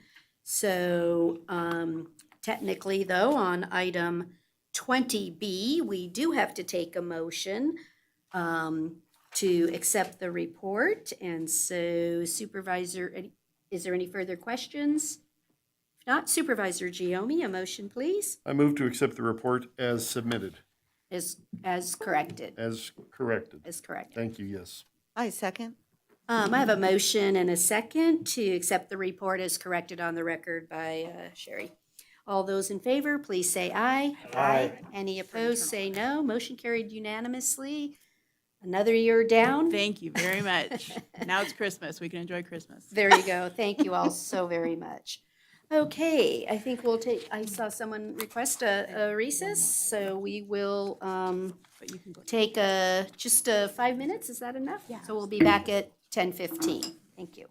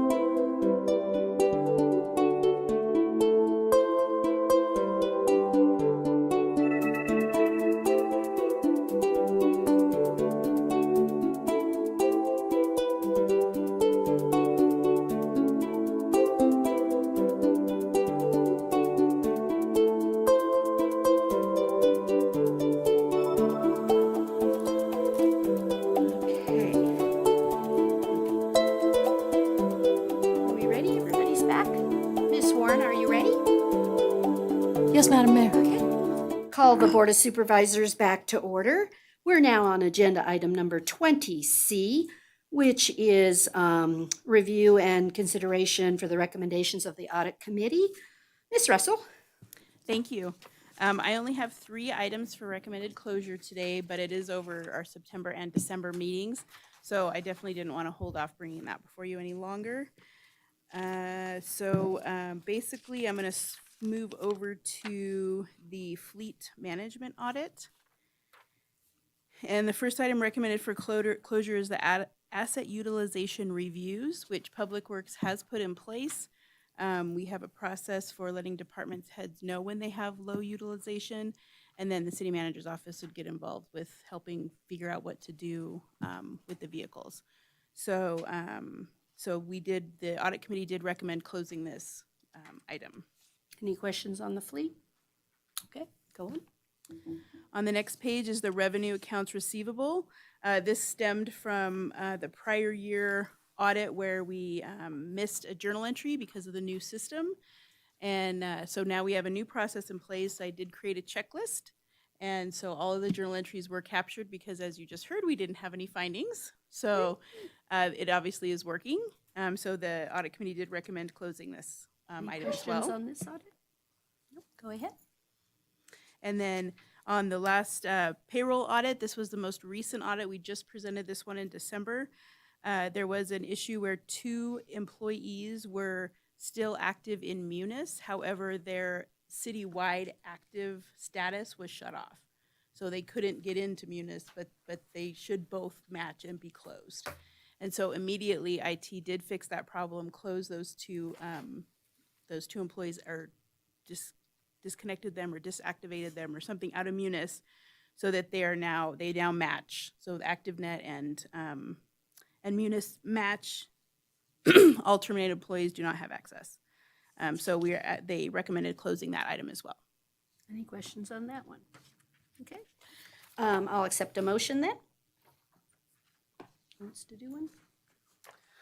I move to approve the audit committee's recommendation as presented. I have a motion and a second for approval based on the audit committee's recommendations. All those in favor say aye. Aye. Aye. Any opposed say no. Motion carried unanimously. Thank you very And much. please thank them, all of your staff. And again, the audit committee did a really good job in those audits. So thank you. Thank you very much. Okay, we're going to move on to agenda item number 21A, discussion and possible action to introduce on first reading an ordinance approving a change from zoning from general commercial to multifamily for several parcels in the Sundance Ridge subdivision. Ms. Ferris. Thank you, Heather Ferris, for the record. At its meeting of November 17th, 2020, the Planning Commission was provided with an update on the master plan implementation activities. The commission made recommendation to the Board of Supervisors on the master plan action plan and other master plan related matters, and the Board of Supervisors accepted this report at their January 21st, 2021 meeting. The report included land use mapping corrections, including the subject properties on Lapeer Drive, Cassidy Court, and Etta Place. These parcels are currently zoned general commercial and have a master plan designation of mixed-use commercial. While the area has a commercial zoning, it has been transitioning towards residential uses. Therefore, staff is recommending multifamily apartment zoning for the bulk of the properties and public zoning for APNs 010-35194 and 010-65124, as they're owned by the city and are utilized for drainage and utilities. These proposed amendments will be consistent with the uses of the developed properties and the anticipated uses of the vacant properties. There are 3 findings of fact that must be made in the affirmative when the Board of Supervisors considers a zoning map amendment. At their November 16th, 2021 meeting, the Planning Commission made all findings in the affirmative and is recommending approval to the board. The Board of Supervisors may amend the zoning map following recommendation from the Planning Commission. I will note that there was a typo in the ordinance that will need to be corrected before being published in the newspaper following this first reading. And thank you to Supervisor White for finding that APN 010-65125 should be 010-65123. With that, I'm available for questions. Does anyone have any questions? I do. Supervisor White? Thank you. When I looked at these properties, it appears that the majority of the residences there on Cassidy and Etta are actually single-family or duplexes or whatever. So I'm struggling with how the current use fits with multifamily apartments. Multifamily apartment zoning does allow as a permitted primary use, single-family residences. So when looking at the overall compatibility with a zoning district, we're also looking at things like setbacks and height limitations. In this case, particularly with the setbacks, it would be challenging for these parcels to be consistent with, say, a single-family 6,000 zoning because of those setbacks. So is this multifamily apartments allowable within the general commercial? Because I look at parcel 010351115, that is a brand new set of duplexes on there. It doesn't even look like they're occupied yet. So the general commercial zoning allows for residential uses subject to a special use permit. They did obtain a special use permit, I believe, in 2020. It may have been towards the end of 2019. Okay. And then on the corner of Lapeer, 010351006 and 07, those are owned by common ownership. That construction company is currently using that as a place for material and equipment storage. So if this moves to multifamily apartment, would they be precluded from building a shop there or other commercial uses of that property? So their current use would become a non-conforming use, and they could continue with the current use. They have inquired and have had major project reviews with staff for multifamily apartments on these two parcels. So they're clearly looking towards something different at some point in the future. We did provide notifications, a courtesy notice to each individual property owner over and above what is required by the municipal code and NRS. We did not receive any comments back from any of the immediately affected property owners. I believe we had a couple of phone calls from adjacent property owners with some questions, but so their current use, to answer your question, would be considered non-conforming. Additional commercial use would not be allowed. So I'm concerned, to be honest with you, that the conversation we hear around Carson is commercial use or commercial properties are pretty far and few in between that are usable. And those two, and then the one across the street, I'm really not comfortable with taking those out of commercial use. That 010351140, 06 and 07.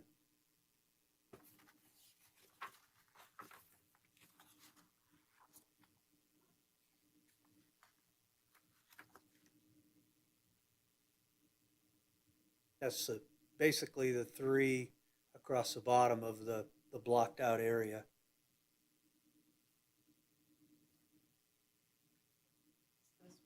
That one?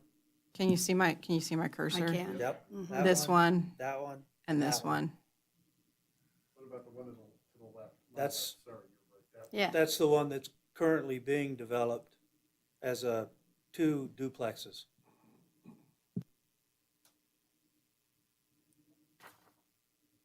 But we didn't have a request from those property owners to not be rezoned. Correct. We have not heard anything as a result of the noticing. Supervisor Shooty? Thank you. Just to clarify, so the current use, that would then be non-conforming. And then you said, but can continue. Can you explain that? So if a use is legal at the time it's established, and the zoning changes or the rules change at some point after that, it becomes a non-conforming use. And they can continue that use, but they can't necessarily expand it. Okay. Thank you for the clarification. And what's the And current if- use on the 3 parcels that Ms. Supervisor White is discussing? What's there currently? This So- one is vacant. These 2, it's essentially construction storage. Material and equipment storage. And when I talked to the owners of those 2 properties yesterday, they're no longer interested in multifamily operation there. So if it's non-conforming and they quit business, then it can no longer be construction, right? That's correct. Okay. Well, I guess what I am is just a little bit bothered that I don't see the 2 owners here of that parcel. They didn't write in, they haven't asked us, and you've obviously had a conversation with them, so did they tell you they didn't want it rezoned? I mean, I don't know what else to, They they did didn't not say? say that. They simply said that they're not pursuing an apartment on there. Over and above that, my concern is taking these 3 pieces of property out of commercial use when everybody's struggling to find commercial properties, as we hear it. Supervisor Giomi? I'll defer to Heather. She had a comment that may be Just pertinent. really quickly, I want to, Hope corrected me. So with a non-conforming use, it can be expanded, but it's subject to a special use permit. Okay. So any expansion of that existing use would then require an SUP. Yeah, I mean, essentially, the way they are, they can keep doing what they're doing in perpetuity. If they want to expand it, they have to apply for a special use permit. If they want to add to it by building a commercial garage, and it's rezoned to MFA, then they'd be out, essentially. Assuming that it's not allowed under the MFA zoning. Maybe it is, I don't know, but. Right, so we'd have to look at exactly what Right, they wanted to exactly. do. I don't disagree with Supervisor White about commercial being available. I just don't know that this is a good spot, quite frankly, for commercial property. It's adjoining what has been historically residential. Yes, there is some commercial further down the Pier Drive that's active there. And I guess you can make an argument that extending it is not that much of a stretch. But for my money, I agree with the mayor. The property owners haven't reached out to us to contest it. The use of commercial right there is, to me, an oddity. It's not easily visible from the street. It's not readily accessible. It's an odd spot for me for commercial property. So I'm in support of the project as presented. Anyone else comment? Okay, I'll accept a motion. And please remember to indicate we're doing parcel 23 instead of the -25. Yeah, I move to introduce on first reading Bill number 118 with the corrections read into the record by Ms. Ferris. Do I have a second? Second. I have a motion, excuse me, a motion and a second to approve on first reading Bill 118 with the correction on the parcel number. All those in favor, please say aye. Aye. All those opposed, please say no. No. Let the record reflect that's 4 ayes, 1 no by Supervisor White. Thank you. Okay, we're going to move on to item 21B, and I'm also going to open 21C as they're related items. As a reminder for the board, we will take separate motions because they are two distinct agenda items, but we'll open them up for discussion. 21B, the master plan amendment for the designation from low density and mixed use to CRC for the parcel at 4619 Highway 50 East. Ms. Ferris? Thank you. Heather Ferris again for the record. So just like the previous item, this was discussed at the November 17th, 2020 Planning Commission and included in the report to the Board of Supervisors that y'all accepted on January 21st, 2021. The property was the subject of a special use permit in 2020 for an RV storage facility. The special use permit was required due to the split zoning that's on the property. And that includes general commercial, general industrial, and single-family 21,000. There are also currently 3 master plan designations on the property, which include mixed-use commercial, community regional commercial, and low-density residential. Staff and the Planning Commission are both recommending a master plan designation of community regional commercial and a zoning district of general commercial for the entire parcel. The 2020 special use permit was required, as I said, due to the split zoning. However, with this change, the RV and boat storage will be consistent with the proposed zoning of general commercial, and the proposed zoning will be consistent with the master plan designation of community regional commercial. There are 4 findings of fact that must be made in the affirmative when the Board of Supervisors considers a master plan amendment, and 3 findings of fact when considering a zoning map amendment. At their November 16th, 2021 meeting, the Planning Commission made all findings in the affirmative and is recommending approval of the master plan amendment and zoning map amendment. The Board of Supervisors may amend the zoning map and master plan maps following recommendation from the Planning Commission. I will note that I did have a phone conversation with the property owner. He was generally just inquiring as to how this would affect his plans with the RV and boat storage. Following that, he seemed to be satisfied with my responses. With that, I'm available for questions. Anyone have any questions?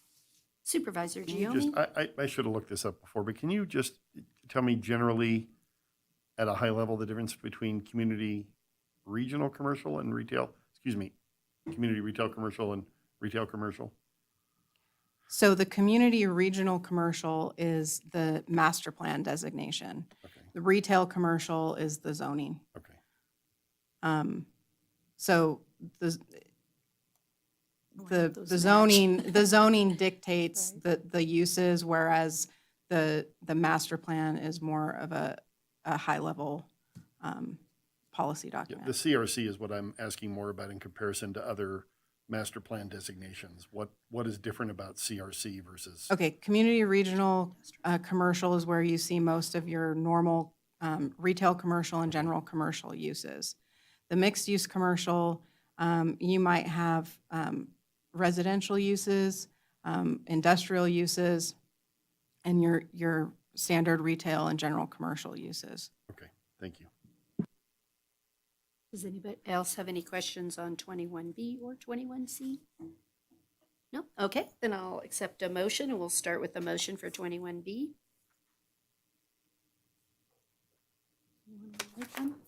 Who's up today? Supervisor Giomi? I move to amend the master plan land use map as presented. Second. I have a motion and a second for approval. All those in favor, please say aye. Aye. Any opposed, say no. Motion carried. We'll now take a motion on 21C for bill number 119. I move to introduce on first reading bill number 119. Second. I have a motion and a second for the introduction of first reading, bill number 119. All those in favor, please say aye. Aye. Aye. Any opposed, say no. Motion carried unanimously. Thank you so much. Okay, we're now going to move on to item 22. Let me just catch up with myself. Okay, what we're going to do again is open up items 22A, B, and C because they're all related items, and then take separate motions on those, just like we did on the last one. So this all deals with the Paliseek and Oikos Development Corporation for the Butteye Way project. So the first item we have is on second reading. We did the normal question that we always ask, did we get any comments or changes or anything for first reading to second reading, right? Yeah, so we have, and do you want me to provide a little overview of the changes to the development agreement since the first reading? Yes. Okay.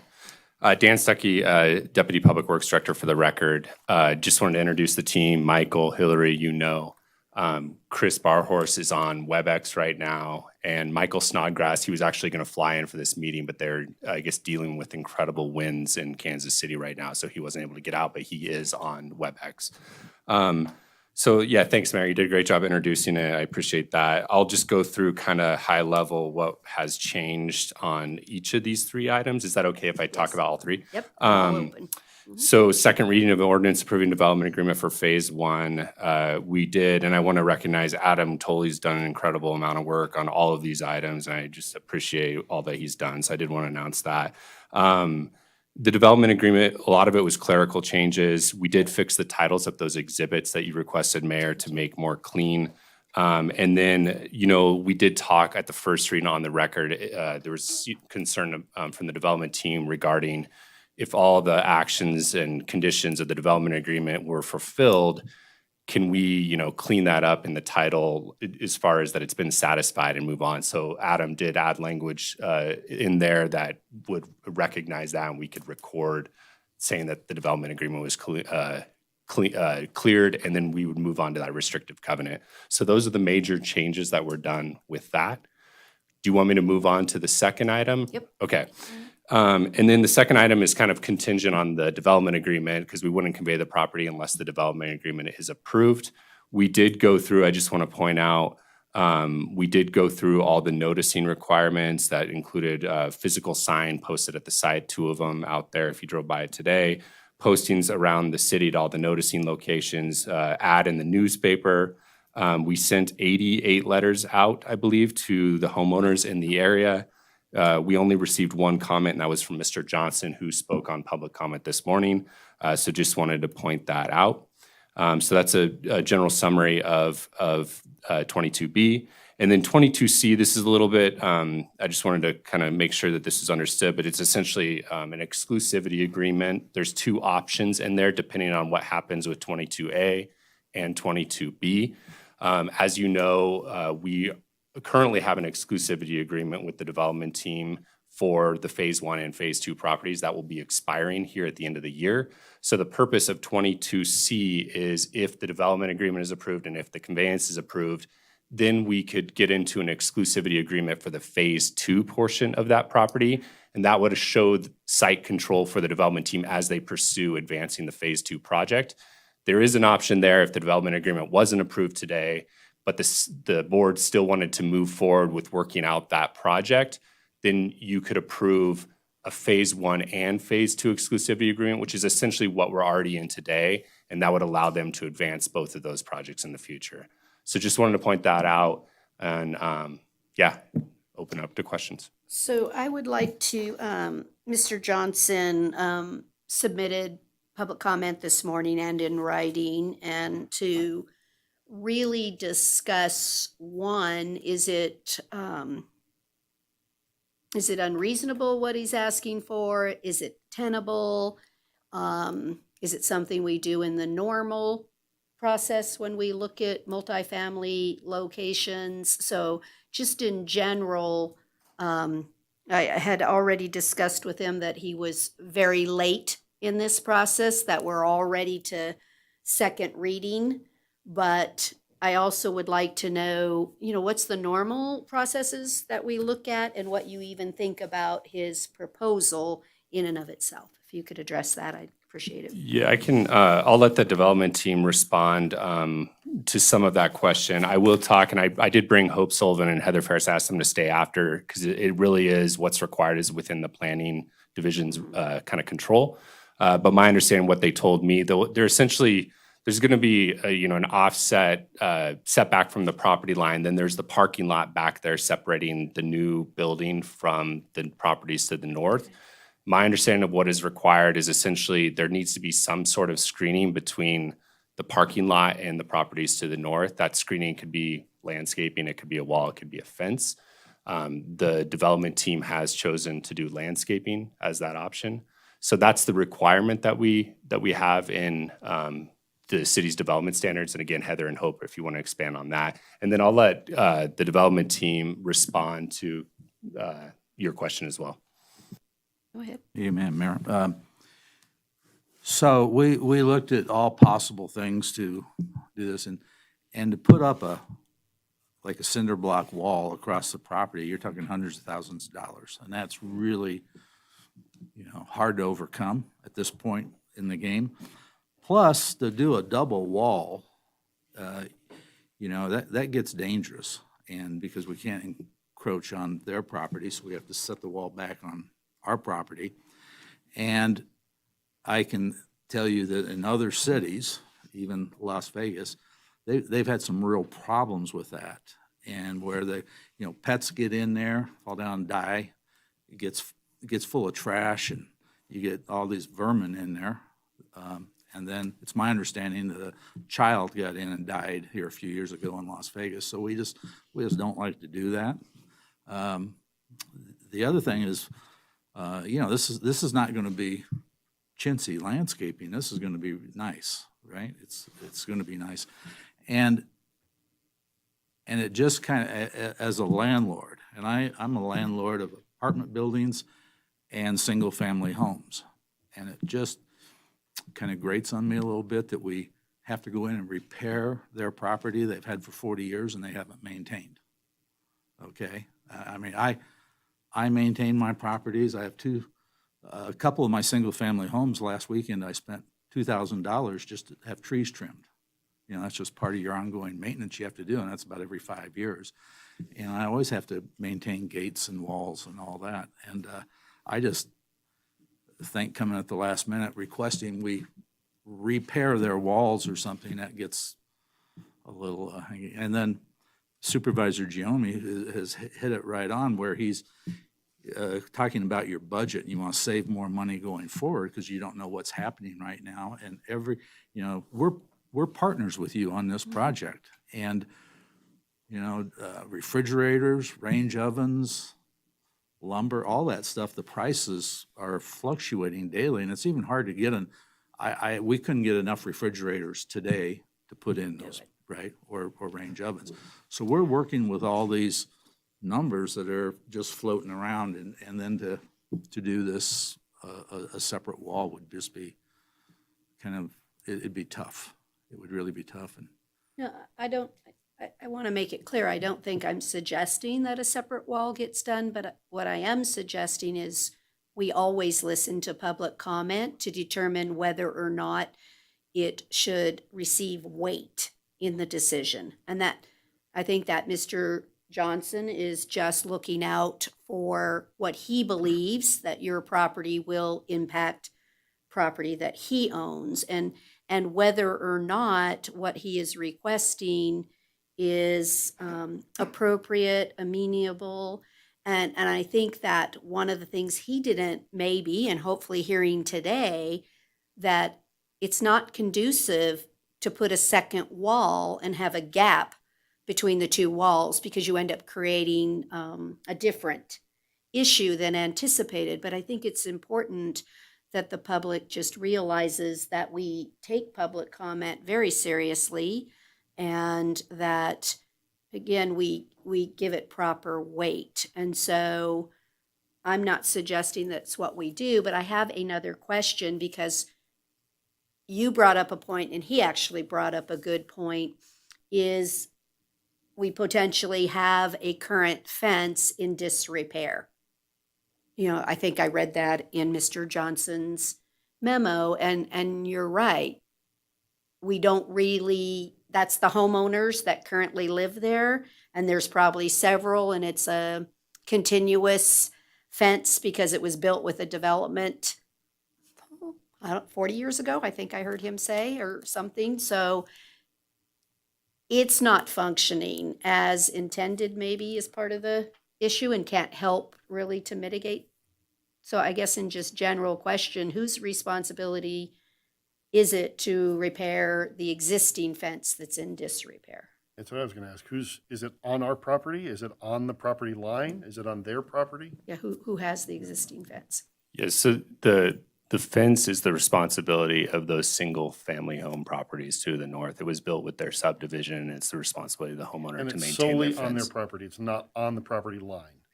That's my understanding, yeah. Okay. I mean, in my mind, if it were on the property line, we as the city would have a responsibility as much as the property owners would have a responsibility to participate in repairing it. But if it isn't our fence, if it isn't a public fence, Right.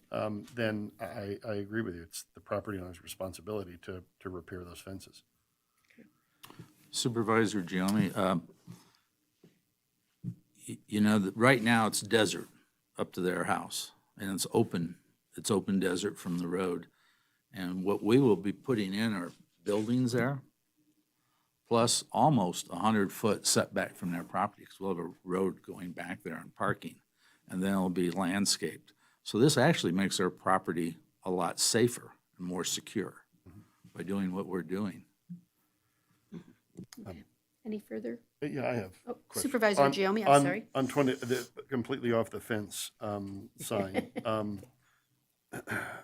I just, first, thank you for the work you all did. And from what we first read to now, things are much clearer to me. The titles are great. The separating of the parcels is fully understood. So you guys did a great job. This was one heck of an undertaking and something I know we've never done before. And so thank you for all of that. I don't know if you have our packet number pages, 900.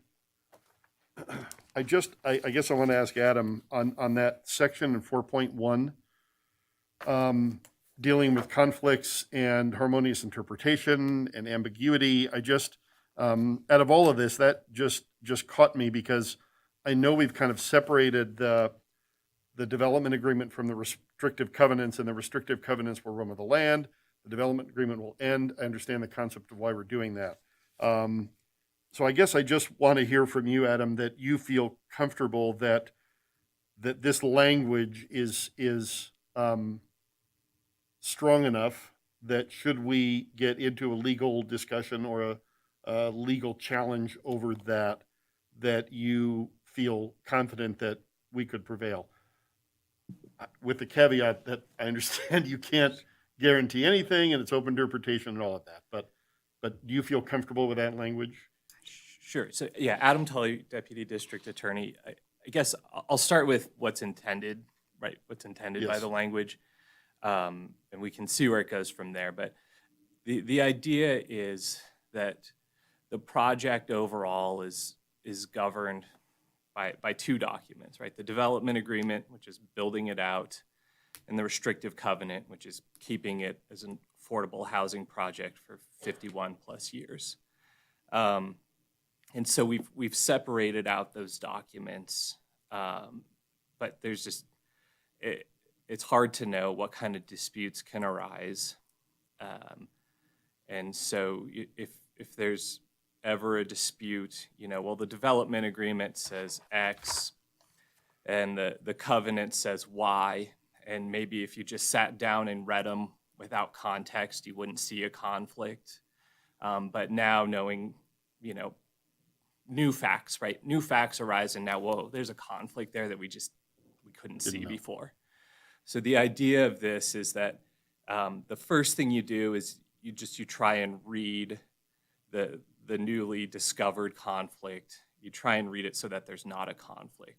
And the idea there is that because we drafted the development agreement and the declaration of covenants together with the same overarching purpose, if there's a harmonious construction that we can reach, it's probably the right one. And then if we try to interpret harmoniously, and we just can't. There's just a conflict. can't get rid of it.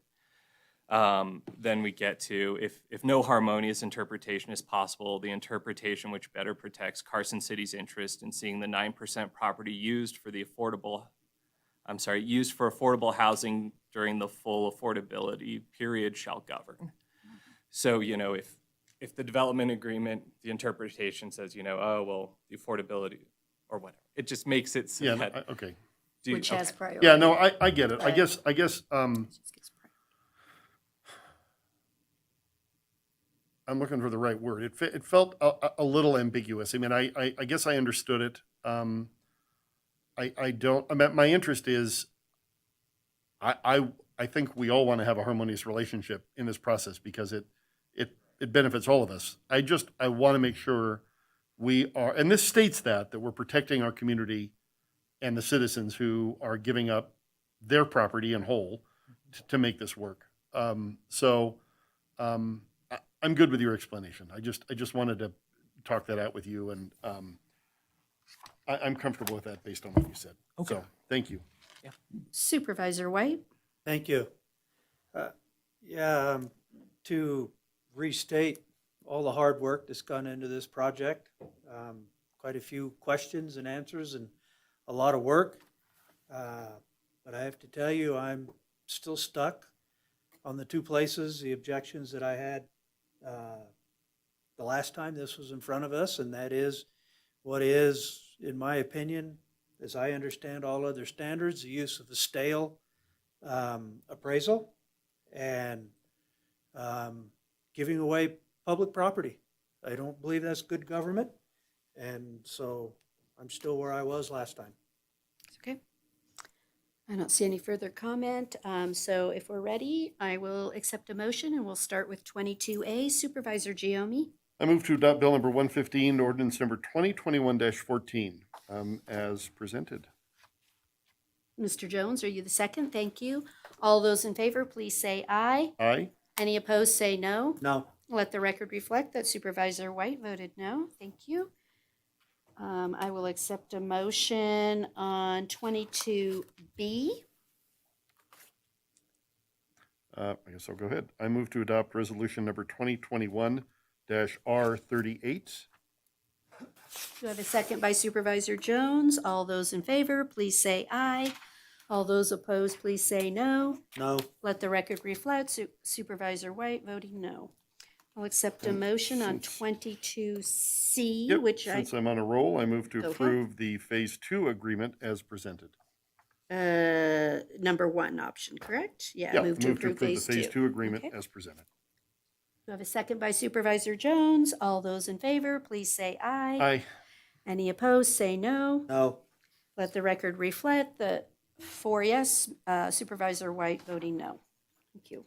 Thank you all again. We look forward to this project. Mr. Johnson, I want to personally thank you for a well-presented letter and discussion on this, and I hope that we answered why it didn't rise to the level for us, that our concern over having two fences outweighed the need to fix. That it would be better to fix the one fence properly, but I'm also taking you at your word that you're going to do a good job with your landscaping and screening to help protect your neighbors. I mean, it is about being good neighbors. So I'm hoping on both ends there. So thank you very much. If I can second that, because Mr. Johnson's letter really did give me pause as Yes. well.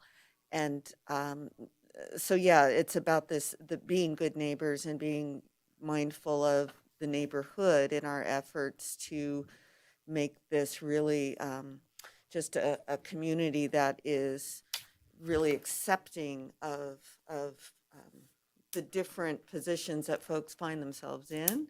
Or, so thank you. Yeah, very much. Thank you. Okay. I'm sure this will be a good project. There's some basic principle things I object to, not the project. Okay, then we're gonna. Sure. Absolutely. Okay. We're gonna move on to agenda item 23 then. City Manager Paulson, anything under item 23?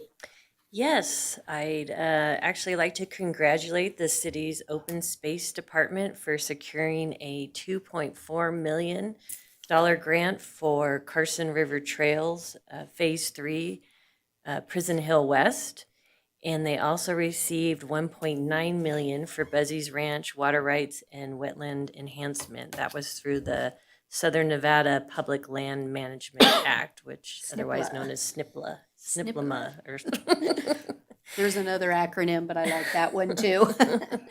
So I know there's a lot of time and effort that goes into securing these grants, and I just want to thank the open space staff for the amazing job, and just, remembering that receiving these federal funds allows the city to do many of these projects that otherwise we wouldn't be able to do. So congrats. We're really doing well in grants. Like, just Huge. staff is doing a great job. I know there are a lot of work to write, like you said, but boy, it just brings in projects to this community that have long-lasting impact and improvement. So great job by all. Deputy City Manager Hicks. Thank you, Madam Mayor. I just wanted to update the board. Ms. Sullivan from Community Development just gave me recent business license renewal update. 62% of the renewals have been issued so far. The deadline for renewals is January 15th, so we are well on our way. And staff has just been amazing, particularly Natalie Keel, in making sure that this happened for us this year. So just wanted to thank them again and provide you those new numbers. Is the software working then? It that is. what we're hearing? Yes. Yay. Great news. Supervisor Giomi, did you want to comment on I this? did. you. We had CTA, Convention and Tourism Authority meeting on Monday night. And the CTA is sponsoring a railroad museum event coming up on the 3-day weekend over July 4th. So 1, 2, 3, 4, or 2, 3, 4, 5. I think it's 1, 2, 3, 4. It's a great steam up. So they're doing everything steam. It's a anniversary of the V&T. I'm going to get it wrong. Is it 150th? Oh, I just saw Or is that it the announcement too. shoot? Anyway, I didn't bring my notes. I thought I had them. Anyway, it's one of the landmark anniversaries for the V&T, and because of that, they're doing a huge 3-day event that they are going to have. They're trucking in every single remaining V&T engine except for one, and that one is in Pennsylvania, and they just can't. Too expensive to get it here. But every single remaining piece of rolling stock engine that's left from the V&T will be on site and running. Those that can run, will be running. Wow. In addition to that, they'll have it's basically an all steam weekend. They'll have other steam powered equipment, fire trucks, other equipment from that era that all steam powered. They're planning to close the whole grounds to parking. They'll have a 3-day festival, multiple day tickets, shuttles so you can park over at NDOT and DMV. So big event. They expect it to bring a lot of people to town, and it really should be a premier event. So mark that on your calendar for 1, 2, 3, and 4, I think, as I look at my calendar for next year. I've booked the 4th. I'll be in DC, and I'm coming home early from a meeting just to do the July 4th because that event Yeah, 1, was 2, 3, spectacular. and 4. Yeah, Friday, Saturday, Sunday, Monday. Yeah, So. it seemed very spectacular to me, so I thought I'll be home in time to be able to do that on the 4th. They are expecting that they conservatively, well, they're going to limit tickets because they just think it's going to be an event that will draw a lot of people. So, as soon as the tickets go on sale, The whole trainload from Germany. grab them. Yeah. Oh, yeah, from all over the world. Speaking of world, I just saw, which really has nothing to do with us except that it's in our state, that Nevada is going to host its first Super Bowl in 2024. Yeah, Las Vegas got awarded the Super Bowl for 2024. Oh my gosh. So, That's big. has nothing to do with us, but it's a big deal, historic time for the state of Nevada to host their first major world event. Wow. That's That's it for me. fantastic. Just want to report that the Christmas tree lighting event was spectacular. We had then a after party at in front of City Hall where we did hot chocolate. Thank you to the Life Point Church. The DBA did Christmas cookies. Then we had Santa and the Grinch on a park bench. Thank you for our Parks Department. Everybody really worked hard, but I thought it was one of the nicest ones we've had. Seeing the children in line to visit with Santa and the Grinch, and pictures and taking pictures with our cutouts, just phenomenal. And then I want to thank all those businesses along Main Street. I think maybe we are enticing them with all of our snowflakes for silver and snowflakes, if you wonder where we picked snowflakes.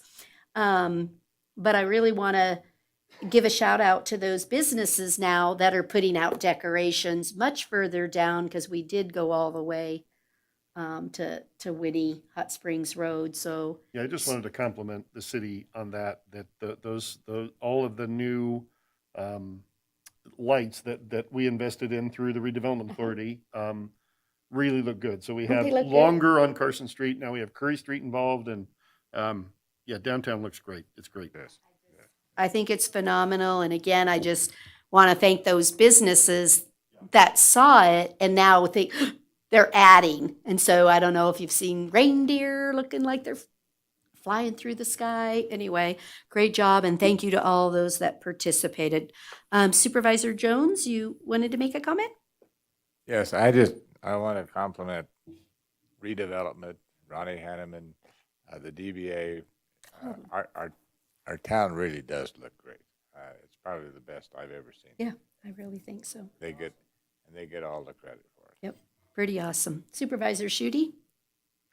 Okay, I have a long list of kudos, but a quick report.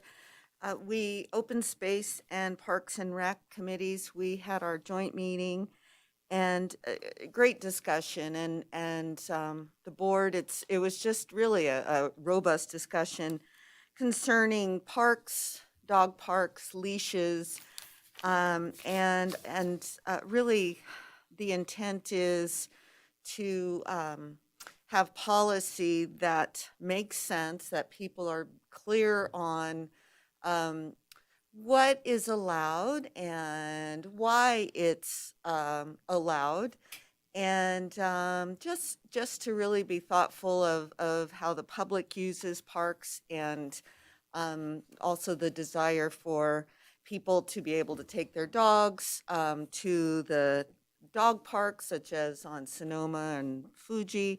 So it was really a great discussion, and it will continue. I wanted to just give a huge shout out to Muscle Powered. They had another trash mob, and we met on Arrowhead Gonai, a field over there, and really, wow, found quite a bit of really old trash, and that was quite interesting. I felt like it was kind of, just like a little bit of history there. Pictures with Santa, Cassie, we had our pictures with Santa at Benson's Feed, and in addition to lots of dogs, we had 6 cats, a burro, and a guinea pig. And so the guinea pig had just the cute little hat on, and so that is now our smallest critter. We have had in the past goats, pigs, horses, chickens.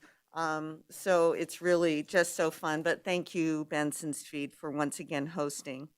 Huge kudos to Carson City Symphony and Carson City Band and Parks and Rec for hosting in our wonderful building here. Just beautiful concerts, and Carson City and the staff, they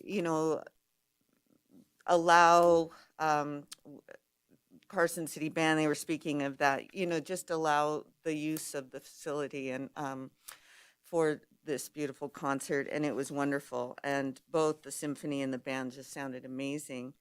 Holiday with a Hero. What a huge, delightful turnout, and these sweet little goofballs picking out their Christmas wrap and just super, super excited. And there was one little boy when I was bagging his purchases yesterday, and man, he was like Chatty Carl. And the deputy who took him shopping, he said he hasn't stopped talking the whole time, and he was just so excited. And then the homestead holidays at Silver Saddle Ranch. Wow, so beautiful.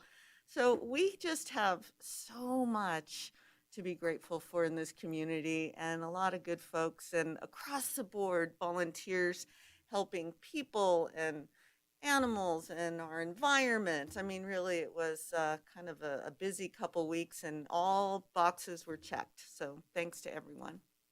Perfect. Perfect. Okay. We will move on to our final public comment section. Is there anyone on the phone for public comment? There are no callers on the line at this time. Thank you. Is there any final public comment? Ms. Akers? She's going to have to give me that slip. Good morning. Thank you. I was trying to get here this morning for public comment, but I had the perfect storm in my driveway and had to work very hard to get my car out. So anyway, you heard this morning about, the FEMA blue shirts and how much they've helped us. I just wanted to also comment on the record that, these organizations that come to us and help us out during these hard times are invaluable to us. And you can see how they integrate into our organization and into the community. And it hasn't just been FEMA, but we've had the National Guard, we've had new employees, and everybody that we come across works very hard for the community and assisting us. So thank you for allowing that this morning. And I was very happy they got challenge coins. Those are very special to get. So And a picture with us. yes, and that's and I really appreciate you taking the time to do that It's as worth well. it. No, they needed the recognition. We're really going to miss them. And it's hard to see these people go after they've been with us for a year. So, we've talked about, we've got a lot of laughs, a lot of screaming, crying. Tomorrow we'll have a lot of crying. But they've been very, very helpful. Thanks. Thank you. Any other public comment? Mike?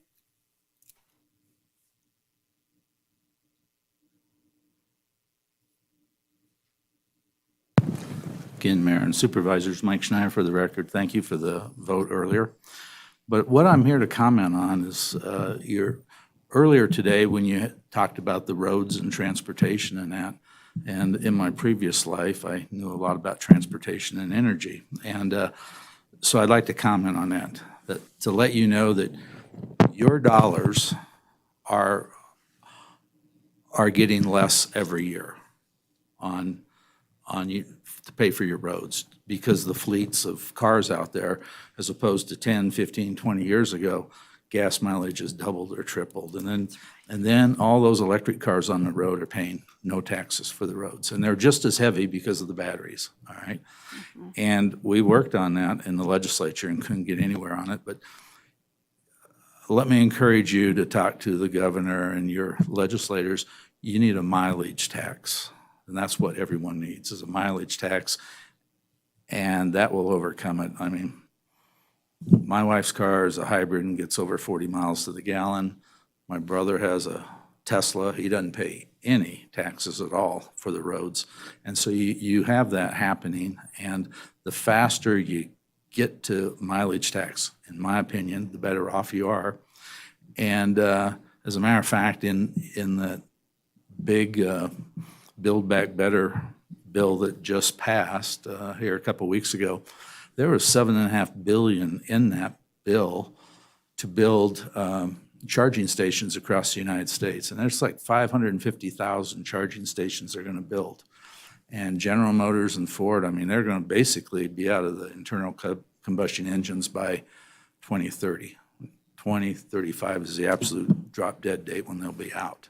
And so it's coming real fast, and you have to maintain these roads. And I know in Clark County, the same thing. It was on the news 2 nights ago to let you know how bad off they are down there. During the COVID time, which is 18, 20 months, Clark County has grown 200,000 in population. And so the roads are just getting pounded, and the road revenue keeps falling percentage-wise. So I just wanted to bring that up, and, you know, I'll talk to the governor with you if you want.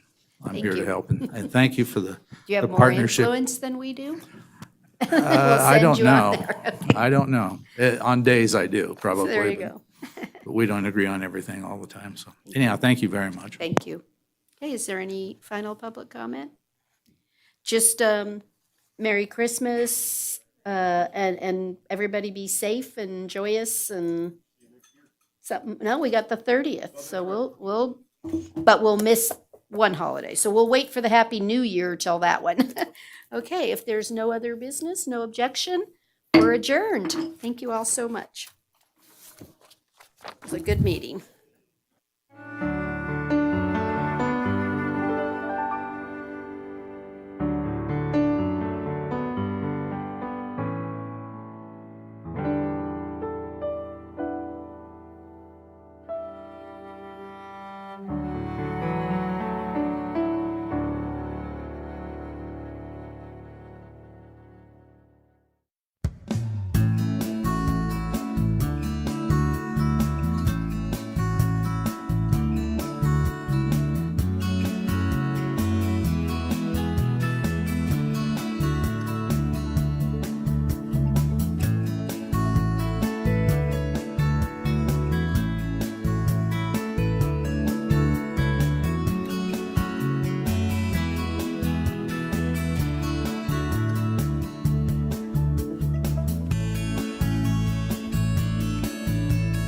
Thank you.